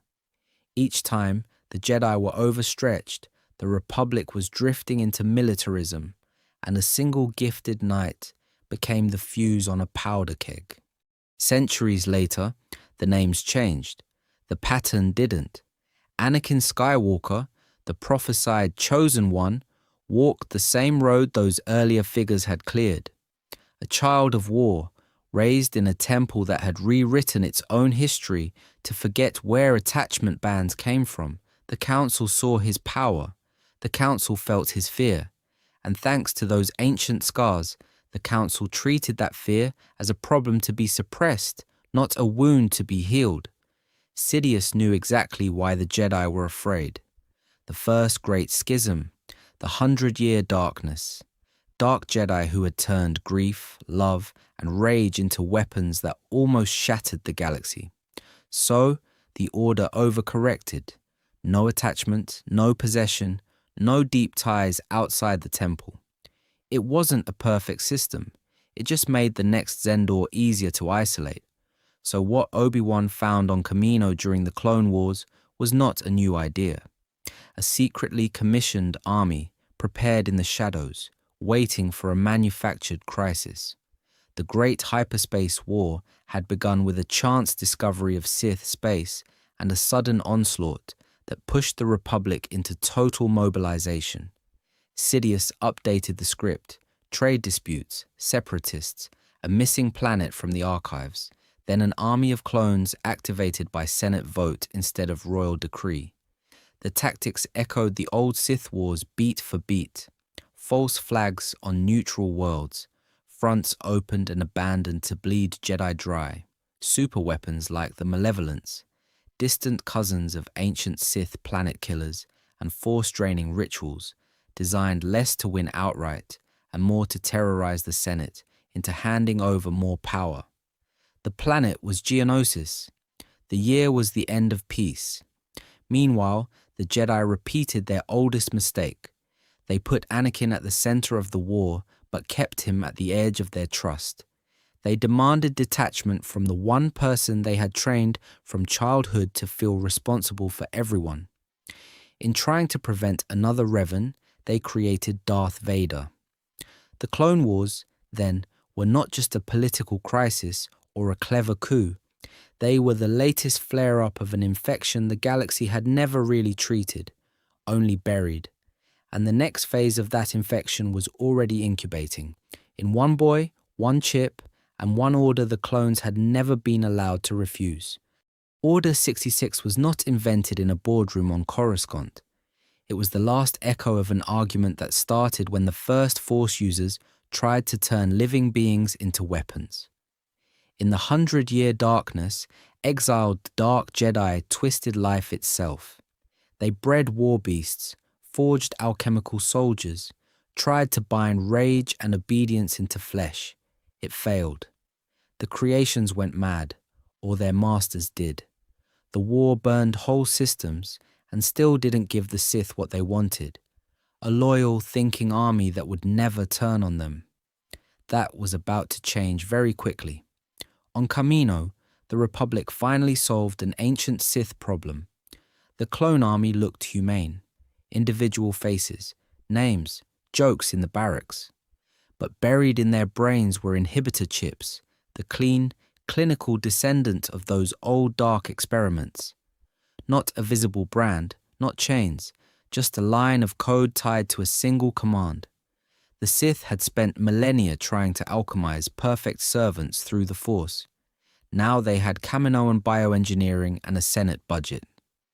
This is the story of how the Jedi volunteered to lead them. For most of their history, the Jedi refused that role. After the Mandalorian Wars and Revan's fall, the Council swore off crusades. They would advise, arbitrate, de-escalate. They had seen what happened when Jedi became generals. Atrocities justified as necessary. Attachments to victory that felt suspiciously like conquest. The Jedi Code itself had evolved as a scar over those memories. But the Clone Wars hit fast. The Republic was on fire. The Separatists fielded droid legions on a scale the galaxy had never seen, so the Council compromised. Again, knights became commanders, peacekeepers became strategists, a monastic order became the spine of a war machine. It wasn't a perfect system. It was a very old mistake wearing new armor. Here's the pattern interrupt. The Jedi had archives that went back thousands of years. Records of the first great schism, of the 100-year darkness, of Sith empires that weaponized fear and bureaucracy long before Palpatine smiled his way into the Chancellor's office. And yet, when a clone army appears, pre-ordered, tied to a dead Jedi's name, the Council's alarms barely flicker. Institutional arrogance did the rest. The Jedi had defeated the Sith. The Sith were extinct. The Council repeated this while serving a Chancellor whose rise mirrored old Sith warlords, almost point for point. Emergency powers, secret police, expanded surveillance. The galaxy had seen this movie before. The Jedi had just stopped reading the ending. So when Order 66 came, it wasn't a dramatic betrayal out of nowhere. It was the moment the Sith finally perfected what their ancestors could never pull off. The near-total annihilation of the Jedi without needing a declared Sith empire or open crusade. No massed Sith fleets, no black-armored legions, just one order, one signal, and an army the Jedi had trained, trusted, and led into battle turning on them in an instant.